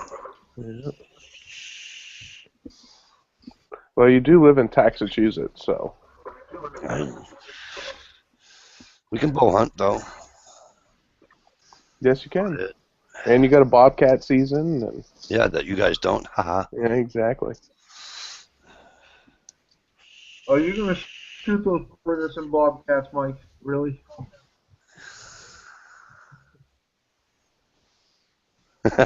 Gerald's laughing at me. My grandkid has a wrist rocket, Mike. I got one in my bag. I just got to order the I don't know if I'm gonna shoot 3/4 or not, but I got to order ball bearings for it.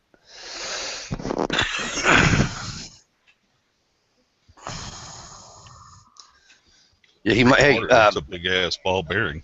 hey, Double K. He eats BB. He might as well eat puss. Well, all kidding aside, up in Canada, they do eat lynx. Some guys do eat lynx, which is just a bigger, a much bigger bobcat. Right on, Dusty.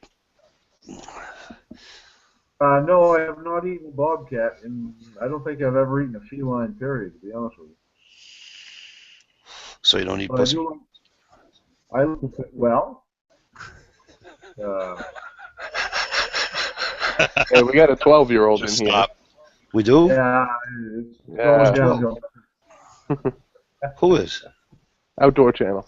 No, sir. Yes. Yes, Yeah. sir. Yes. Ah, you guys didn't tell me that.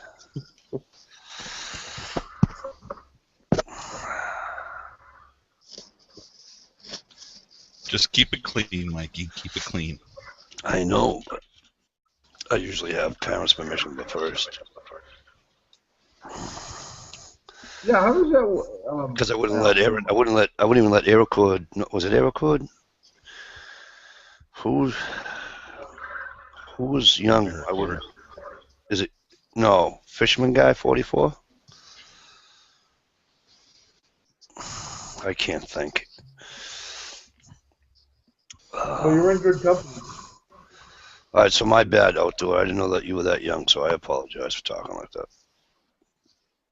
Oh, it's about time, Dish, that you donned us with your presents again.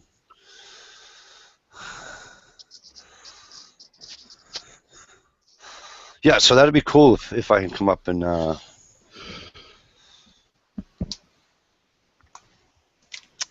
show me how to do that longbow. I'm more excited about making an atlatl. I want to start. I want to get one of those. Say it again. I said, actually, I'm more excited about making the atlatl. Are you familiar with that? I am. I know what the atlatl is. I don't, so show it to class. It's a device that actually throws a long arrow, like a lever. Oh, I do. It's about, yeah, okay. That put meat on the table for about 5,000 years. Right. Until they These invented the bow. Yeah, they used to hunt buffalo like that and everything. Yep. Yep. If you ever watched History's Top Shot, Top Shot. Yeah. Yep. They had the atlatl on there a couple of seasons. Yep. They also had it on some type of a survivor show with regular people, not even people that knew what the hell they were doing, and they had to use it to kill an elk.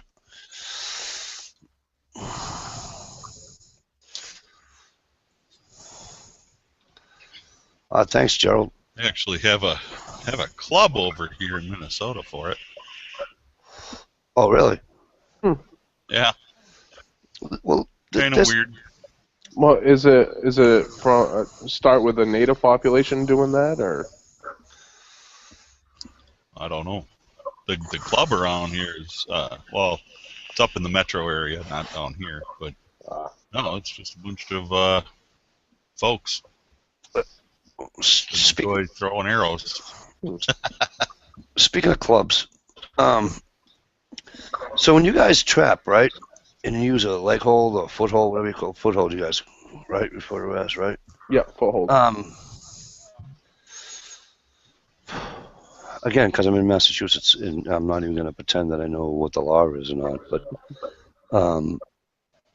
as far as dispatching, how does that work?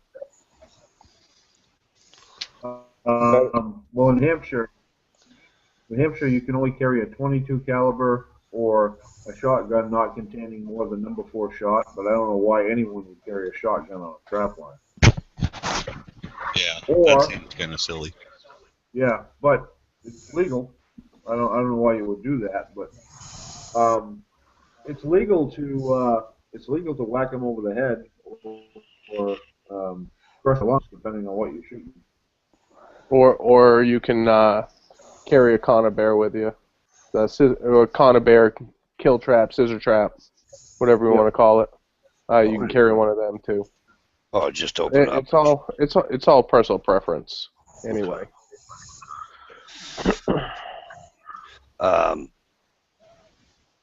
Groovy wants to know, Ed, what shaft do you use for your arrows?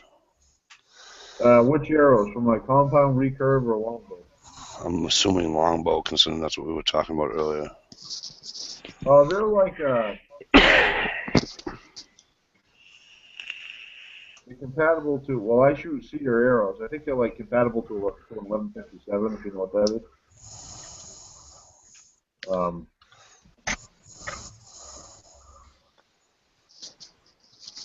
My carbon arrows, I don't even know what the hell size those are. They're small. They're like darts. Oh, the Atlatl? Oh, Jesus Christ. Those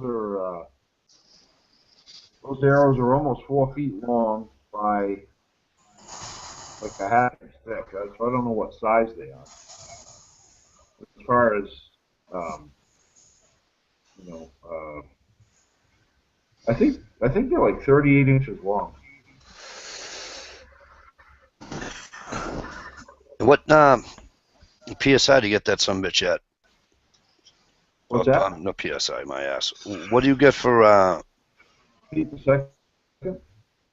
what do you get for out of your longbow? What do you get for Feet per second. What, feet per no, Oh, what do you get? You get 50 pounds? No. What do you mean, 50 pounds? It's a 45-pound pole, draw weight. That's what I meant. So you get 45? So my longbow is 45 pounds, my recurve is 45 pounds, and my compound is 60. 60 pounds full, draw weight at 28 inches. Right. That's mine too. Mine's 20. I think mine's 27 something, but yeah, close enough to 28. But as far as feet per second, my Matthews, I'm putting out about 300 feet per second, and my longbow, I think it's around 180. Thereabouts. I've never actually dynoed those. Yeah, you've never chronoed it. Not the longbow. Yeah. And I think I'm getting like 295 to 300 out of my Matthews. That's probably about right, yeah. But I shoot small arrows. Yeah, me too. So I get a little bit more speed out of it. But if I crank it up, I'm comfortable at 60 pounds on that. Well, you can shoot anything on 45 anyway, right? 40. No, but I mean at 45 you can shoot anything, right? Yeah, the doe I shot this year, I shot at 50 yards. Oh yeah, no, I know what Mike is saying. Yeah, it has to be a minimum of. No. Minimum draw. 40-pound draw weight. It's 30 for turkey. 45. 30 for turkey. I thought it was 40 for deer and bear and 50 for moose. No, it's 45 for deer. Ah, okay. Yeah, 45 for deer. I don't know about turkey and moose. I'm not sure about that. Well, I got my handy little app. I'll be able to pull it up. Hey, Frank. Real quick. Brian, I wrote you a little note on the inside. Yeah, I saw that. Okay. I saw it when I came back in. And did I spell it right, or is it B-R-Y? And no, it's with an I. Okay.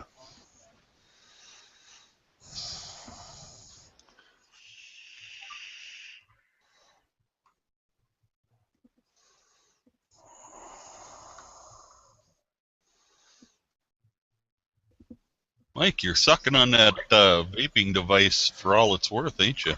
Yeah, that's because I can't go out and have a cigarette. Actually, I don't want to go out and have a cigarette. I mean, I can, but I just don't want to.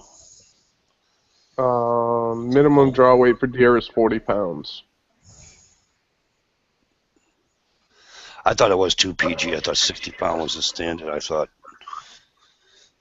PG likes 80. Ouch, how's your arm? Well, for a compound bow, it's different.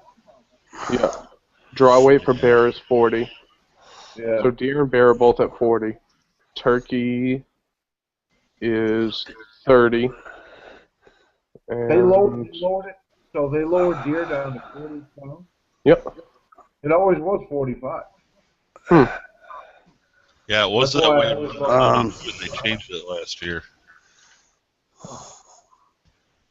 And it doesn't have moose on here.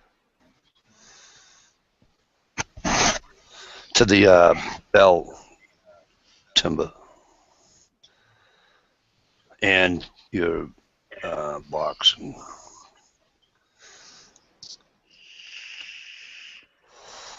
Well, I mean, with a compound bow, I mean, I can shoot a friggin' 100-pound compound bow, no problem. I mean, because it lets off. But you pull an 80-pound longbow back, you've got a handful. My brother's got a crossbow. Yeah. I'll tell you what. I put my foot down in that, and I pull up on that thing. Let me tell you something. I'm going down and spending the $60 at Dick's and getting the friggin' tool for it. Holy shit. Yeah, they got 125, 150 pound draw. Oh, yeah, I put an arrow into his garage.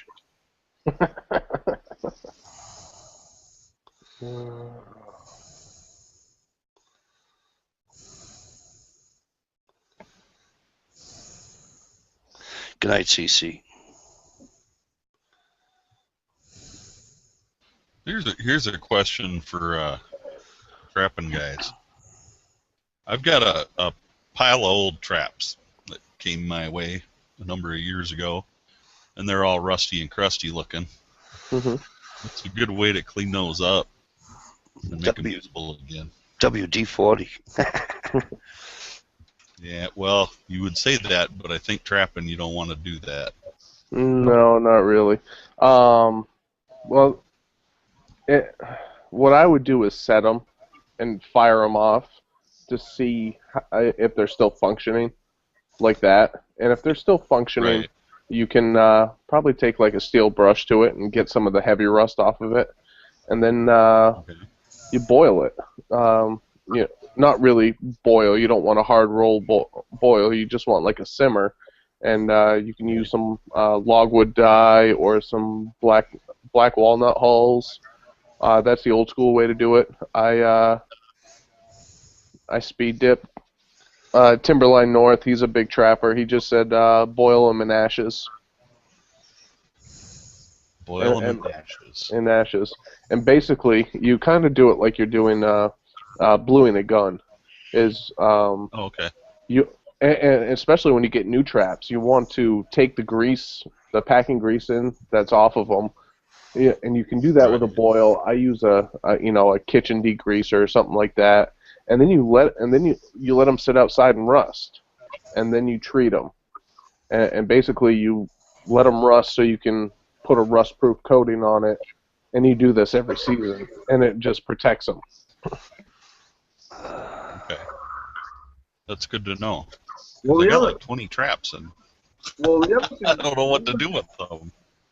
The other thing with the old traps, though, you really want to get a meter. You want to test your poundage for the what it takes to set the traps off. In other words, if you get a trap with a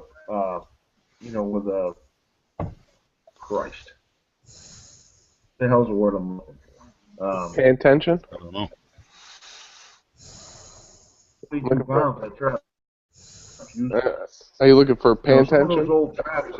Pan tension. Jesus Christ. Yes, thank you. You want to check your pan tension. I mean, for beaver and muskrat, I mean, you want like 2 pounds. If you get a pan tension that's going off at 22 pounds, that trap's useless for anything. That's a problem with old traps. Right. See, I don't run any footholds for beaver at all. I do run some footholds for muskrat and mink, and basically I have those set to fire at like half a pound to a pound. My gray fox traps and my red fox traps I have to set off at a pound and a half, just because they're light-footed. And my coyote traps are set at 2.5 to 3 pounds. And you know they tell you to set those at 6 to 16. No, 2.5, 3 pounds. Well, exactly. How do you measure that? I think it's out in my truck, but I have you can go on any trapping website and get a pan tension thing, and it's basically a pole with a spring, and you push it down, and every tick line is a pound. And when it fires, and it goes from 1 to 5 pounds. So. Okay. Well, no, seriousness. That's how you selectively trap. If you want to avoid catching, if you're specifically trapping coyotes, they want you to set it at 6 to 16. So in theory, a red fox won't set it off. I mean, because of the body weight, how the body weight's dispersed. I mean, that is how you selectively trap with footage. There is a science to it. I'm not picky. I'll take anything that'll step in my trap. So. If you want to release it, that's fine. Except for skunks. Skunks. I hate walking up to a bob. I don't want to release a bobcat. I have yet to catch a bobcat, but the day I do catch a bobcat, you better bring it down to me. No, the day I do catch a bobcat, Fish and Game is getting called because I'm not going anywhere near a bobcat. What do you call it with you? A catch pole? Yeah. The thing with bobcats is they're very finicky when it comes to the catch poles, and if you don't do it right, basically what you have to do is when you hook them up with the catch pole, you have to do it with the pole near their neck, Right. near their Adam's apple, and not on back, because it can have lasting effects. You can hook a bobcat up with the catch pole, release it, and it'll run away and die an hour later because of they're very sensitive to stuff like that. So it's not really something that I want to have any part of. There are some guys who will carry a sheet of plywood in the back of their truck just in case, and they'll have a little hole cut out at the bottom so they can just put it right there and trap the foot, release it, and have that barrier in between them. Because if you ever seen some of those YouTube videos how not to release a bobcat, you want that barrier. I'll tell you something in just a second, but I wanted to say hello to our sweetheart here. Hello, Miss Dish. She's got her mic muted. She's ignoring you, Mikey. Mm-hmm. That's right, most of them do. I watched a video. The guy was trapping for everything else but, and then he trapped a wolf. And he didn't want it. And you want to talk about a scary situation, apparently. But they did it. Yeah, they did it with the pole, and he goes, "What do I do?" This other guy says, what do I do? He says, well, unfortunately, if this thing comes after me, you're going to have to shoot it. He says, you just don't shoot me. Oh, you're talking about Wisconsin Trapper, aren't you? Guy did it in blue jeans. And the black wolf took off the hill. Hey, let me tell you a little bit about that. Because what was it, his pet? No, it's a very dangerous situation what he did. Oh, absolutely. That catch circle was 10 feet wide. That catch circle was huge, and he went in there with a 4-foot catch pole. Right. So, and he had his girlfriend filming it from 50 yards away back at the truck with a gun aimed in that direction. So, I try to err on the side of caution when it comes to stuff like that, but I don't have any wolves, so. Hey, Frank. Frank lives in Frank's a fellow Massachusetts guy, and he says 8 miles from downtown Boston, a group of 6 coyotes on a trail cam shot. That doesn't surprise me. Coyotes are in the downtown Boston all the time. Go figure, brother. And I wanted to say hi to Conservative Living. How are you? Tish, you with us yet?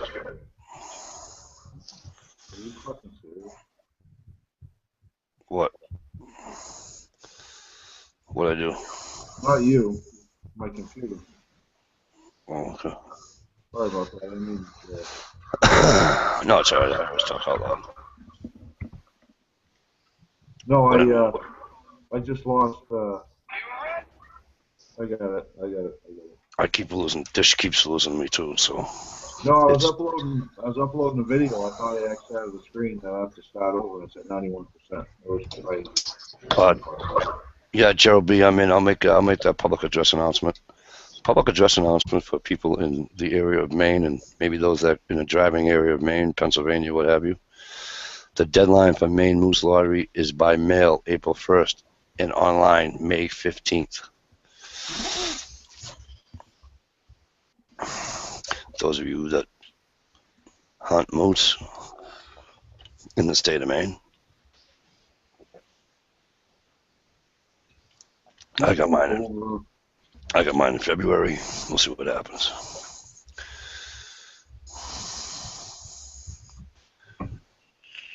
People over animals. I don't know what that means. In a half a second, Mr. Tolley. I would, in a half a second, take that thing right down.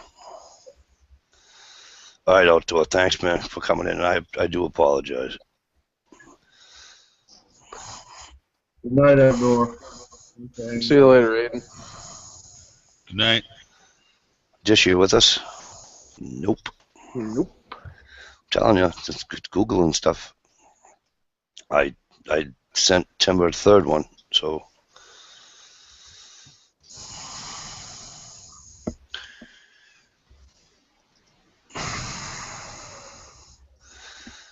I refreshed this time too. I thought maybe that was it. Nah, dude. No problem, Dish. We're here.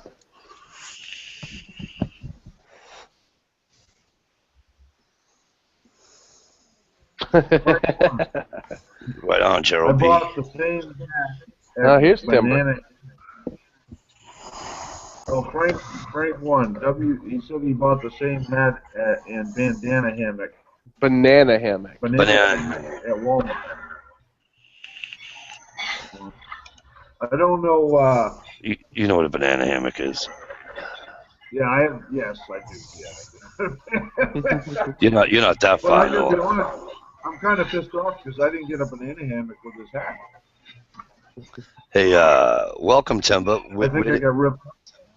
Where did you find it? It was in the spam. There you go. I probably should have told you that.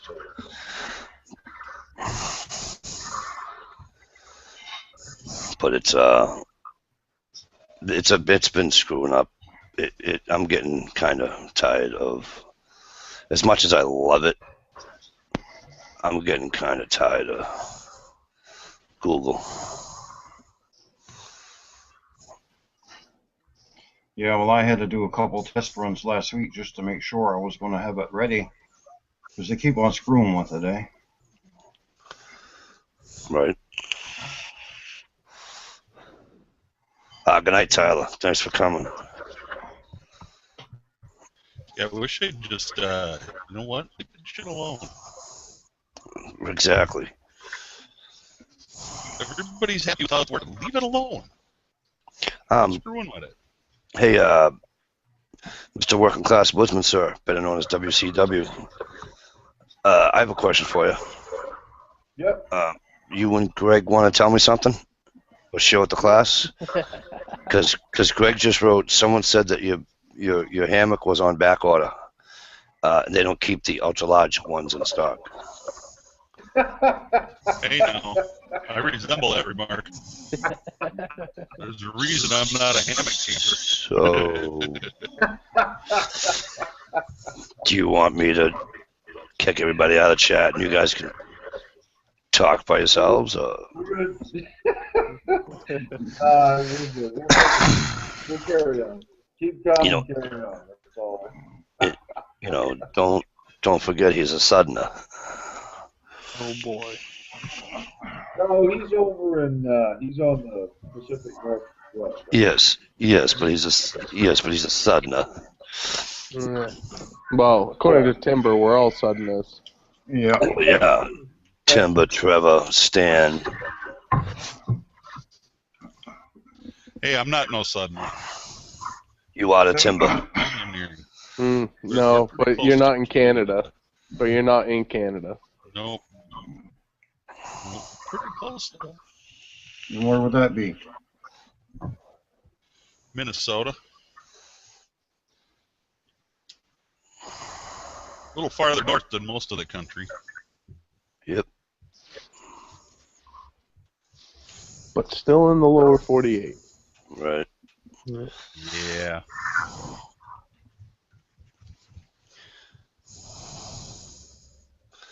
I I forget her don't know. It name. might not be for long. I forget the young lady's name, but she came from Alaska and moved to The UP, right? the UP. Yeah. And she said it's colder in the UP. Well, yeah, because she's got all the wind and stuff coming off the Great Lakes. Yeah, my daughter said the same thing. It's colder in Minnesota than it was in Alaska. Yeah, because you guys get you get the lake effects up there. Lake effect, snow, the wind, all that stuff. I was when I was living in Fort Drum, New York. When I was in the military, we get the lake effect all the time. And it would either be gorgeous out, no clouds, nothing, or it would be 40-mile-an-hour winds.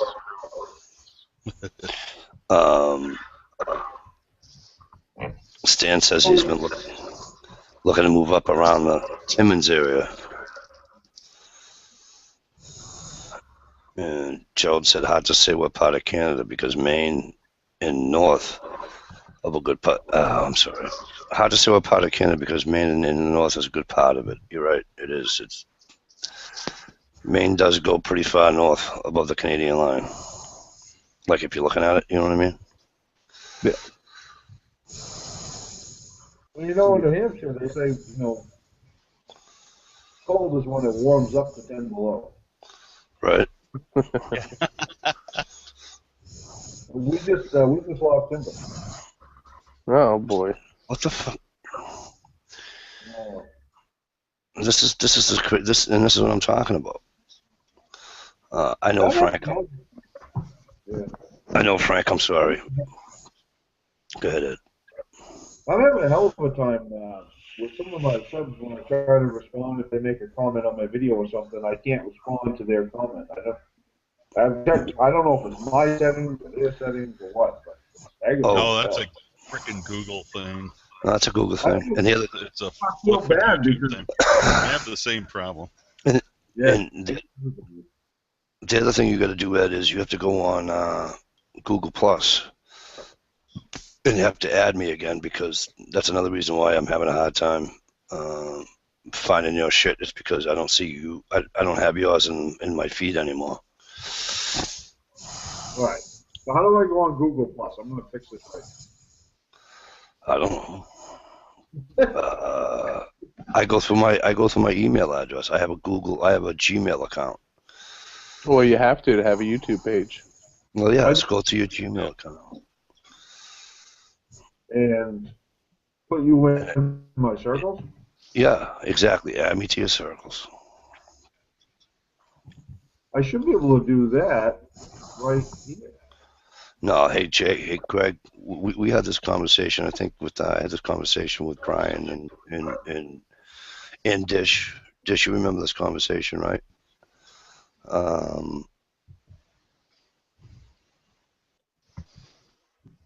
I know people that smoke cigars. I know people that smoke cigarettes. I know people that do vapes. And guess what? They all shoot deer. Okay, Mike. I just went on and it says following customers, VIPs, or team members. What the hell does that mean? Following? Put me try friend. Put me in as a friend. Doesn't give me that. It says create new circle. Just type my name in. It should say. I tell you what, type my name, see if it'll bring you to my page, and then just say add to circles. Just click the add to circles underneath my channel art. Add to the circle. Yep, and just put my name in.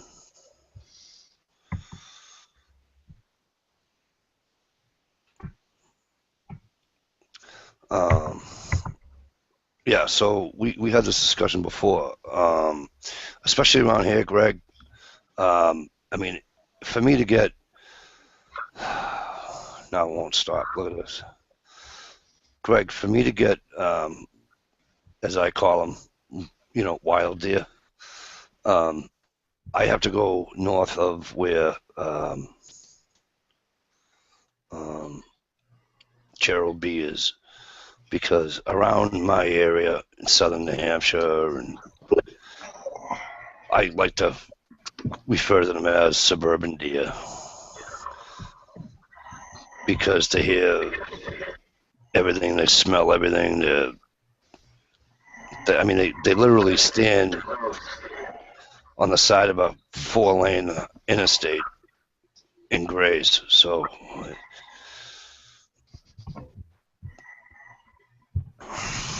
Can you hear me, Mikey? I got you. Awesome. Well, Tinker's back in. Yeah, it's the night of the craziness when it comes to this chat tonight, I guess, inviting people. Oh, I had trouble inviting people last week too, so that's why I refreshed the chat thinking it was something I was doing. What you having problem with? I kept sending invites to everybody. Mr. Tolley, I think I had to send him 4 of them. I sent George. I only got one. I sent George like 3 of them. Timber had a problem getting Timber. I think got 3 of them.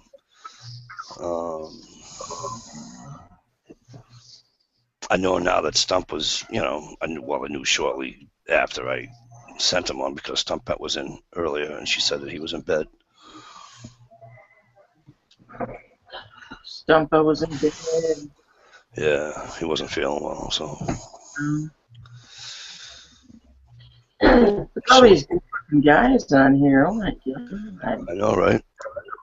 What is this all about? Hey guys, what's up? How we doing, Dish? I'm doing good. Hey. Hey, Dolly, you know you're the sexiest one, right, Dolly? Yeah, I do. Okay, that's just one. Checking. Poor Mikey's losing it over there. Okay. Anyway, Stan, for the price of land up here, you're going to pay like $1,000 an acre for woodland, and that's going to be in a place that you can never get power, if you know what I mean, really, really off-grid. Wow. Hope that answers your question. You're better off coming to Maine. It's cheaper.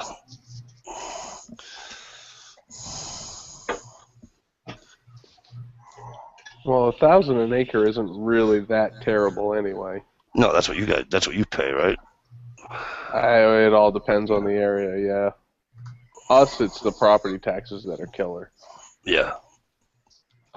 Then you have that view tax. If you can see a mountain or a lake, you're screwed. Yeah.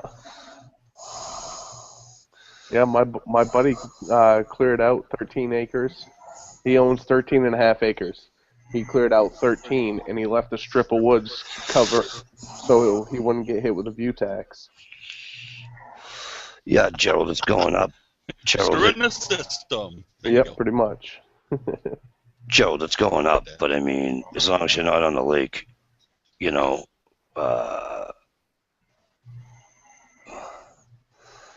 in, Gerald, help me out if I'm mispronouncing it. Let me know. Ebden, E-M. How is it pronounced? Emden, E-M-D-E-N, Maine. Guy at work, one of his friends got 17 acres of land up there, and he bought 17 acres of land with a hunting cabin on it, and I think he paid like $8,000 for it. Yeah, that one.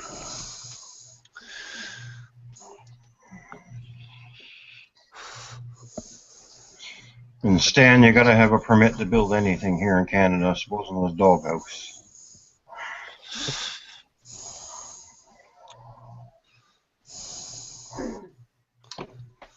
Yes, Pinascos just has a wrench. So look out.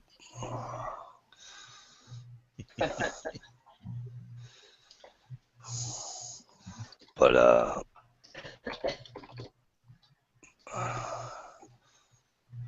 yeah, PG. I don't know what the taxes are. What the tax status is in Drake. I mean, yeah, Drake. Jesus Christ, in Maine. But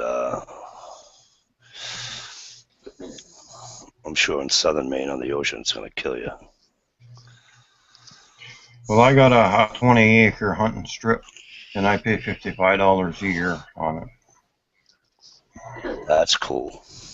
Yep, that ain't bad at all. No. We have a, let me see, 25, maybe by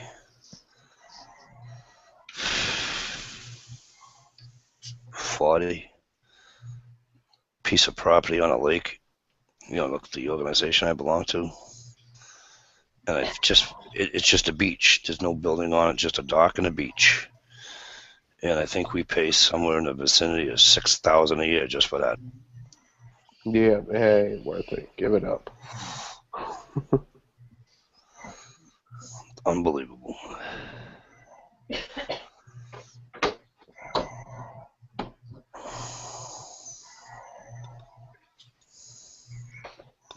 Yeah, I know, Joe. There's only you can only potato farm up there. I know, buddy. But that's, you know, that's why I want to retire up there, Gerald, so I don't have to worry about working in a potato field.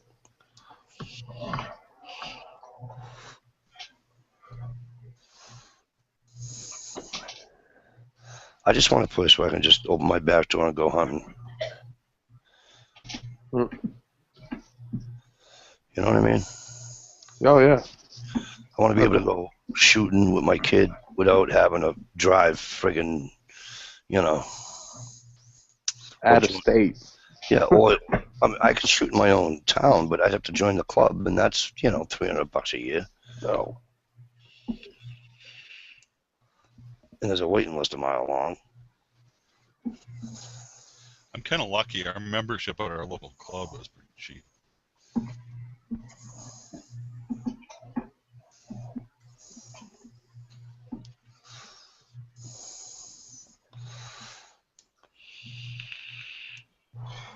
My parents' summer home. A bunch of yutzes. My parents' summer home, you can shoot moose and deer right out the kitchen window. Nice.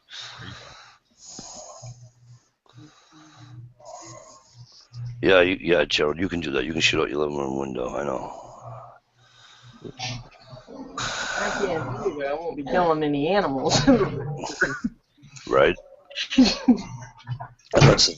Unless there's a chicken in the way. Right.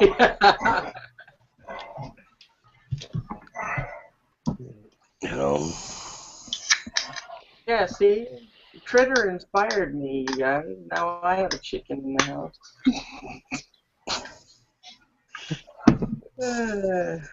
I'm just not in a basement, that's all. I'm sorry.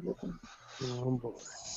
There it is. You just come full screen. I actually got to see you for once. Right. There we go. Keep talking. I'm right here. Yeah, hey, how you doing? Well, your video wasn't up when you first came in, so. I know, I had my camera off. It's helping me. I don't know what the hell was wrong with my audio, but it wasn't working, so. How do you know? It's Google. I know, right? You back okay, Mikey? No? I don't think so.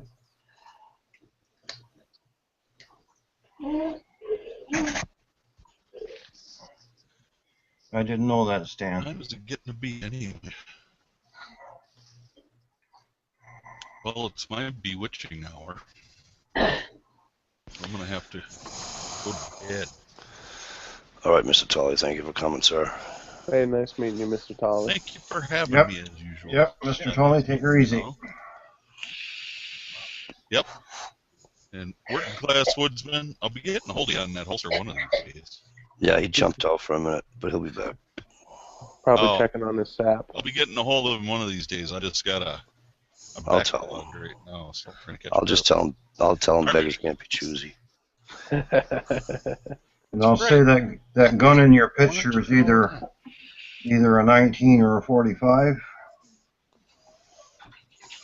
Well, it's a Ballister Molina 45. Yeah. Okay. I like it a lot. I shoot the hell out of that thing, even if I have a hard time getting parts for it when something breaks. But, you know, it's a 1946 model, and I love shooting it. Yeah. They don't make them like they used to Have a anymore, good huh? night, guys. Later. They do not. Good night. Like that. Yeah. Good night, buddy. Hey, working class woodsman. Hey, sorry I had to jump out. I had to add some sap to my syrup. Listen, Mr. Tolley said he'll get to your holster when he damn well feels like it. So Well, you know what? I'm honored he even thinks about it. I'm only teasing. He didn't I say know. that. He'll get to it when he has time.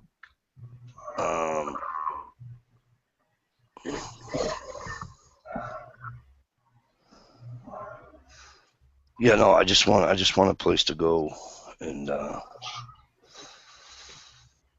don't know, just where it's quiet, I guess. And I want a place that I can hunt and bring my 4-wheeler, you know, because I'm getting old. I'm tired of dragging shit, you know. What do you have for a 4-wheeler, Mike? I don't. Oh, There's no reason for me to have one. I can't drive one anywhere. well, you talk about. I know you've talked about the land up here. And there has been a 4-wheeler involved. Is it your brother's or something? Yeah, it's, Yeah. yeah. But now they won't even let me hunt there. 70 acres of land, and we can't even hunt on it. Well, hey Brian, your caster set's up. I just posted. Oh, sweet.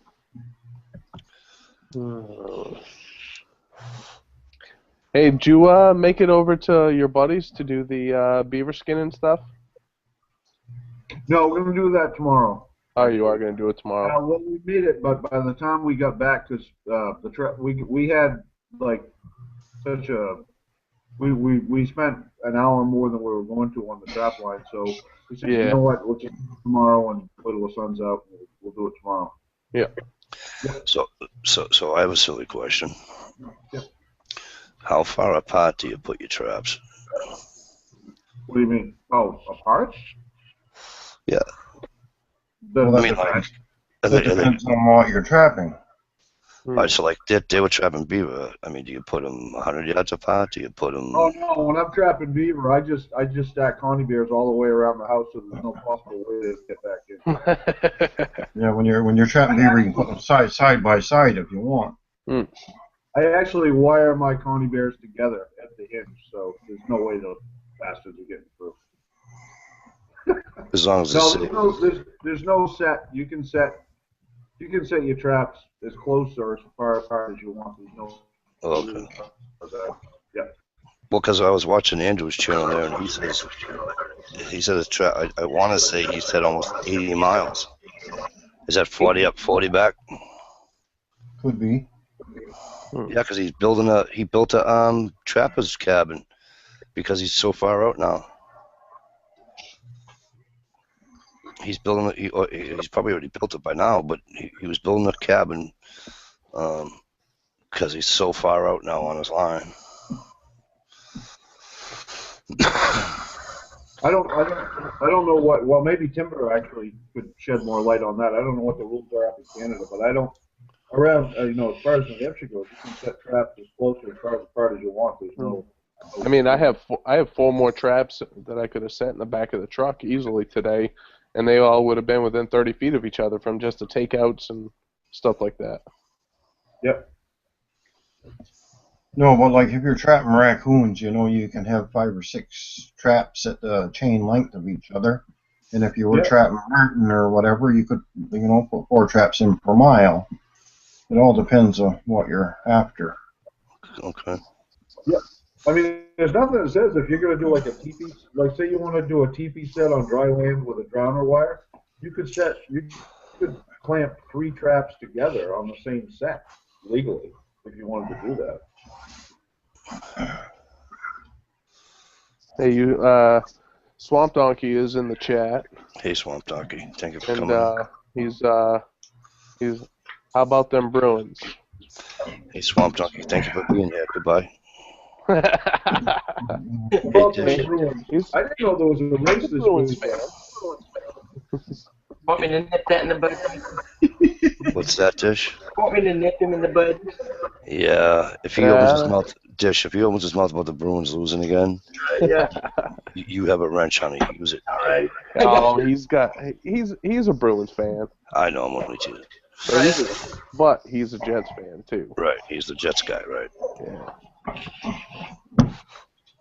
He's good people.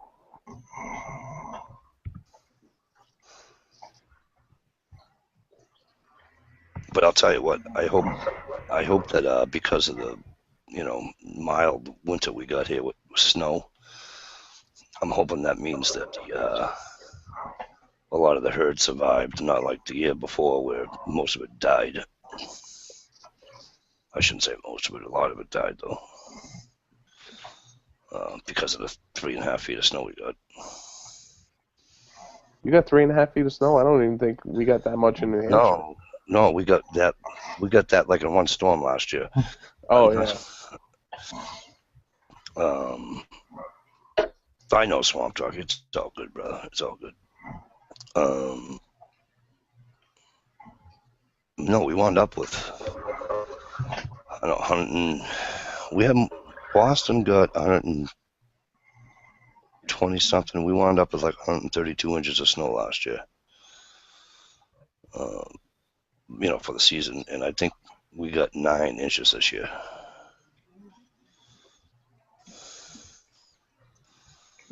So I'm kind of hoping that.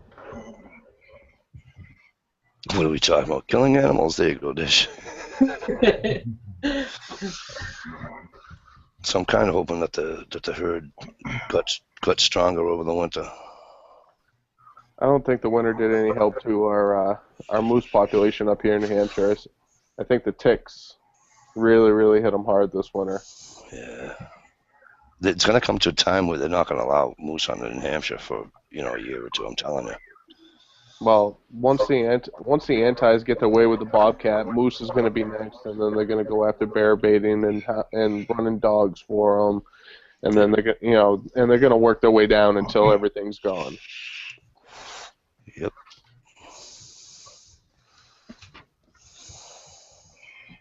Well, the river on the main border is not that wide, eh? Good swimmer could swim across it. That's right. No papers required. You just got to make sure CBP isn't standing around there. No, you have Stan and Trevor throwing life jacket stores. Yeah.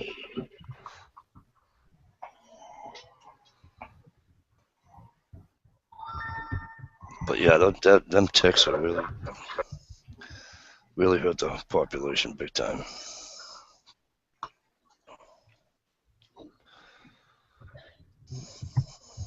Which is weird because, well, it's twice the size of it, but almost twice the size. But I don't read where Maine lost a lot of moose like that. You know what I mean? Well, there's definitely a higher population up in Maine because the habitat can support it up in northern Maine. New Hampshire isn't that big of a state to begin with, and right. It's you go up to the Allagash and it's just moose country up there. We don't have a whole lot of that here in New Hampshire. But they say a lot of the moose. Gerald, you still here, Gerald? I could have sworn I read something where a lot of the main moose shot last year were like just south of like Baxter State Park and all that. But I mean, So- you're looking at like moose that are killed by ticks, where they have over 100 per square inch on them. Yeah. And they're just getting sucked dry. Well, they should find something to kill the ticks. Yeah, this is the most useless creature on the face of this earth. Yep. A tick. Doesn't do anything for us.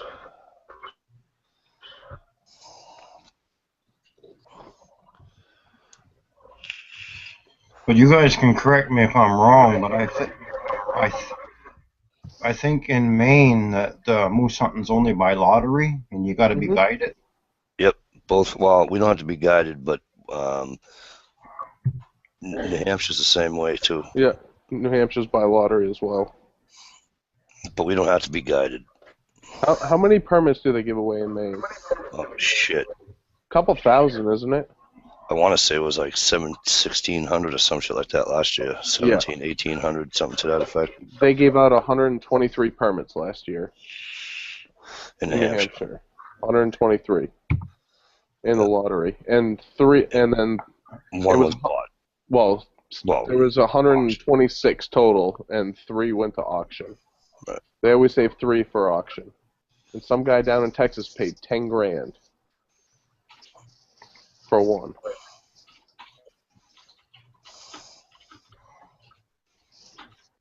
So yeah, I don't know.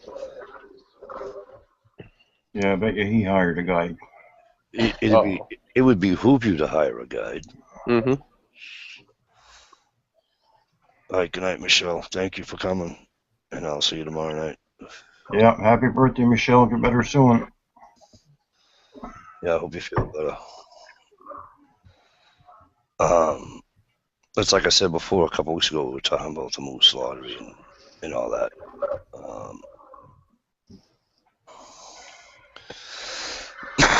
It's very expensive. It's like I said, it's 100 and for out of state, it's $118 for the license.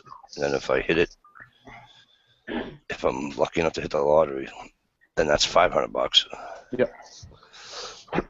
If I pay a guide, I'm paying anywhere from $2,500 to $5,000, depending upon how long I'm going to stay. Yep. You can pay up to 10 grand up in Maine. Yeah, I mean, I'm gonna get fed. I'm gonna get everything I need. They're gonna pull it out of the woods. They're gonna clean it. They're gonna skin it. They're gonna do everything. Mm-hmm. All I'm gonna do is squeeze a trigger. But that's what some guys want. They don't want to do any of the work. They want to pay someone to do the work for them. Which, yes, it's still hunting, but you lose the sport out of it. You really do. Well, you can look at it on the other side too. Whereas you take me out of state guy, obviously not the world's best hunter. So, I mean, could I track moose? Of course I could. Do I know where moose are in the areas of Maine that I hunt? Yes, I do. But if I'm in a section where I don't know anything about that town, like if they throw me up near Schoodic Lake, I don't know where the moose. I'd have to go looking through that whole frickin' section for, you know what I mean? Yeah. And that's all time and everything too. So, and not that I don't want to put the time in. It's just you're taking away. I mean, you could obviously scout in September and in August and all that. Don't misunderstand me, but. No, Gerald, it isn't that hard. It's just that, You got to find them first, and once you find them, then it's easy. And like I said, I'm an out-of-stater, so I got to drive up there and and all that. So. Good night on the Outdoor Channel. Hey, have a good night, Outdoor. Good night, Outdoor. But guys, you get a moose down here by yourself, it's a lot of work. Oh yeah. That's why you always have a second on your tag. Neither one can shoot, but the good thing is having a second is you can, most people can't have 400 or 500 pounds of meat in their freezer. Right. I had a big family, so that's not going to be an issue. That would feed me for like 15 years because I'm the only one that eats it. Right. Cherubi, that's not going to be a problem, brother. I will do that in New York second.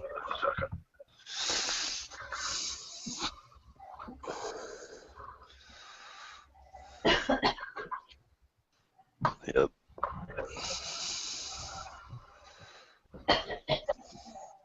Then I think I might go to Michigan and go hunting. Suck so bad. You suck so bad. I can't even look in the camera right now. You're hilarious. Woo. Get your Yumi's in here. Hey, Gitchy. What's up, Gitchy? Now hunting is, what is that again, Mikey? What is it? Hunting is something that you don't do anymore. Oh, that's what I thought it was. Like ice fishing, right? Yeah, that's what I thought. Okay, You have no idea how bad I wanted to say something like, "Hey, Dish, do you know what this is?" When I caught my trout. Yeah. You have no idea how much I wanted so much to say, Dish, this is ice. This is a rainbow. You pull these out of the ice. It's a lot of fun. I would have loved for you to have said that. That would have made my day.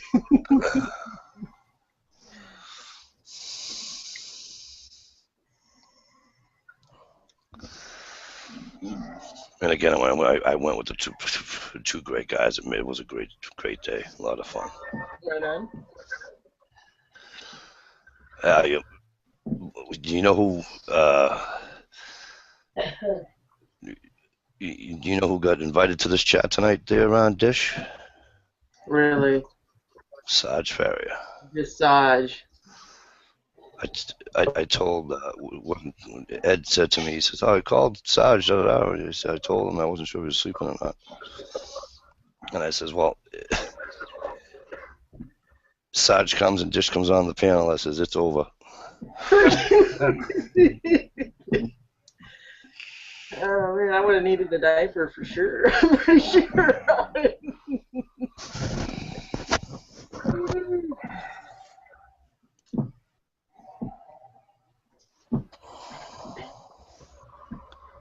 How you doing, Ed?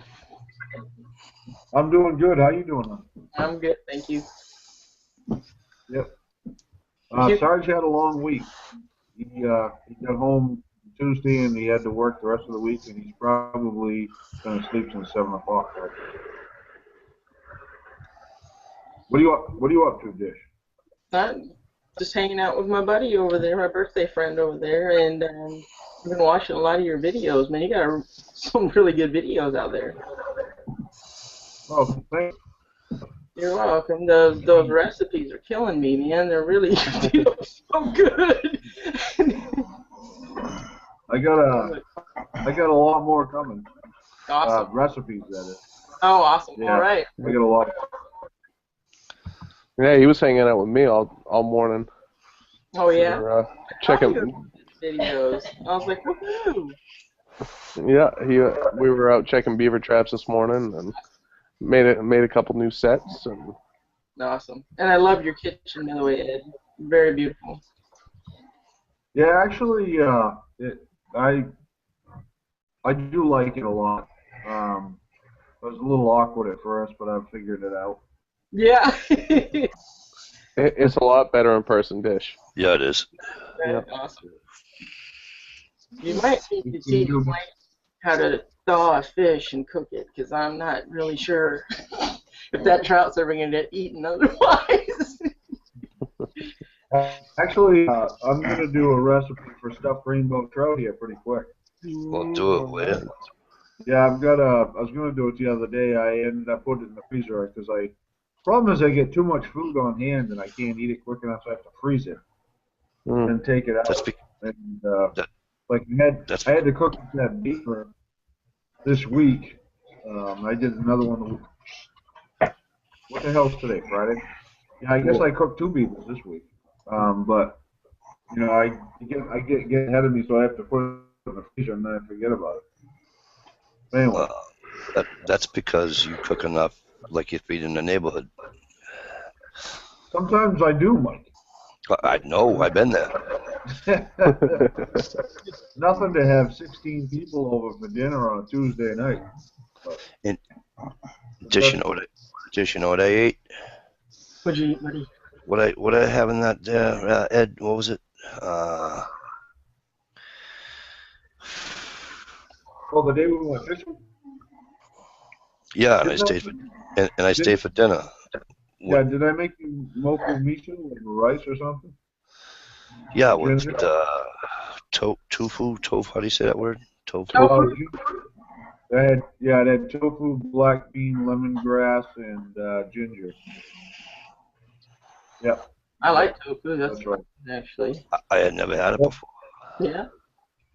It's good because it takes on a lot of people don't, I'm not eating tofu, but basically if you like mushrooms, you probably like tofu. But it takes on the taste of whatever you're cooking it with. So if you cook it with tomatoes, it's going to taste like tomatoes. If you cook it with Worcestershire sauce, it's going to taste like Worcestershire sauce. Right. Yeah, I usually put it in soups because it, Yeah. and the broth is, it's really, really good. I love it. Good Good night, source of- Frank. Thanks for coming in, buddy.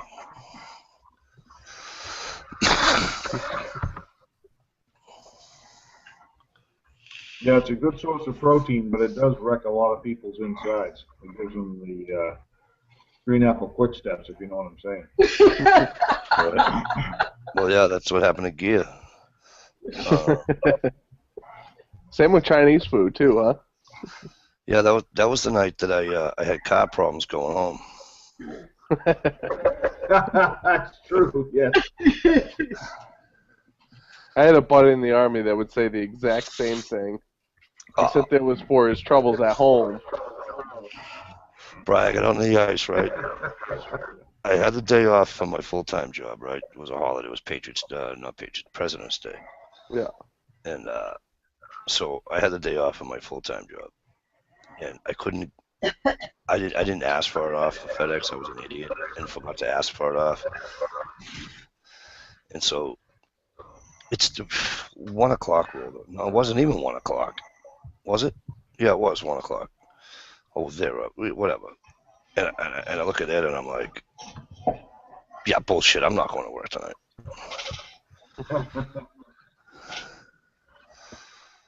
And I think I used your phone, didn't I? Yeah, I think that was part of our story. You did have to use my phone. We had a good day, though. Yeah, it snowed like a son of a bitch on the way home on me. Yeah, didn't your gas line freeze up or something like that? Is that the story? Something like that.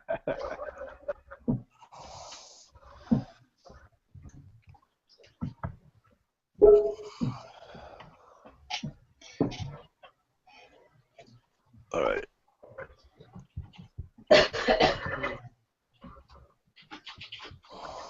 I know it's so cool that you guys live so close to each other.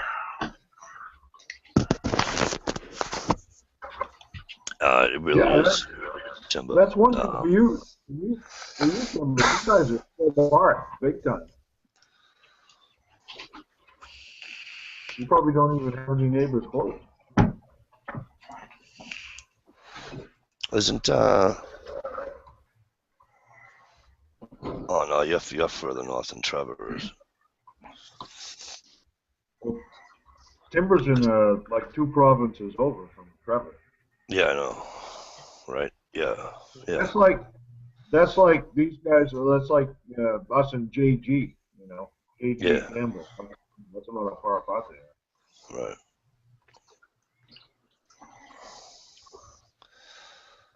Yeah, it is funny.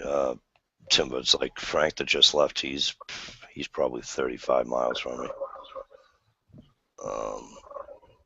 Even Gerald B's probably only a 3-hour ride from me. 2.5, 3 hours, whatever it is. There's another guy on YouTube, Active Duty Trapper. He's only 20 minutes away from me. Oh, really? Yep.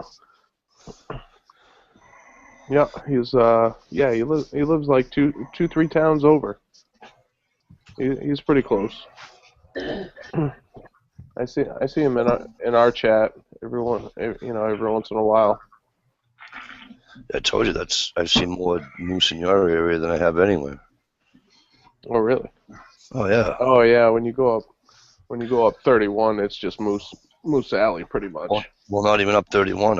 I was seeing them on Route 9 going through Dublin and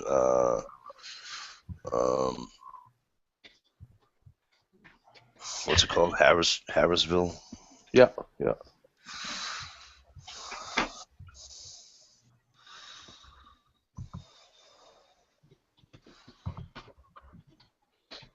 All right. It is just about 1:30 a.m. And I really hate to do this.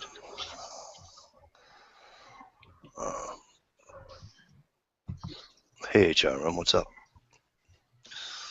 Cabbage soup with soy curd. Did I just say an R? And clam lips are really good.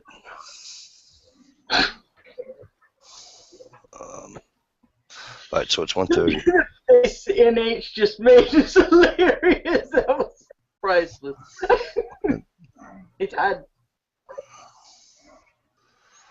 What did I do? What I do?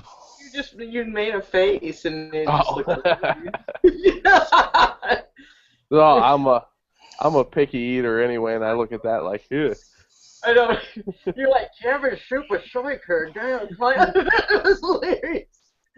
And listen, for all you people who are lactose out there, soy milk, no, it's juice. That no questions asked. It's juice. It's not a mammal. It can't lactate. It's juice. Thank you. You got faster hands than I do. Yeah. All right, so we're gonna get out of here. Uncle Cow, I hope your day goes better today than it did yesterday. For sure. And Oh yeah, Mr. Cow, he subbed me the other day. oh, did he?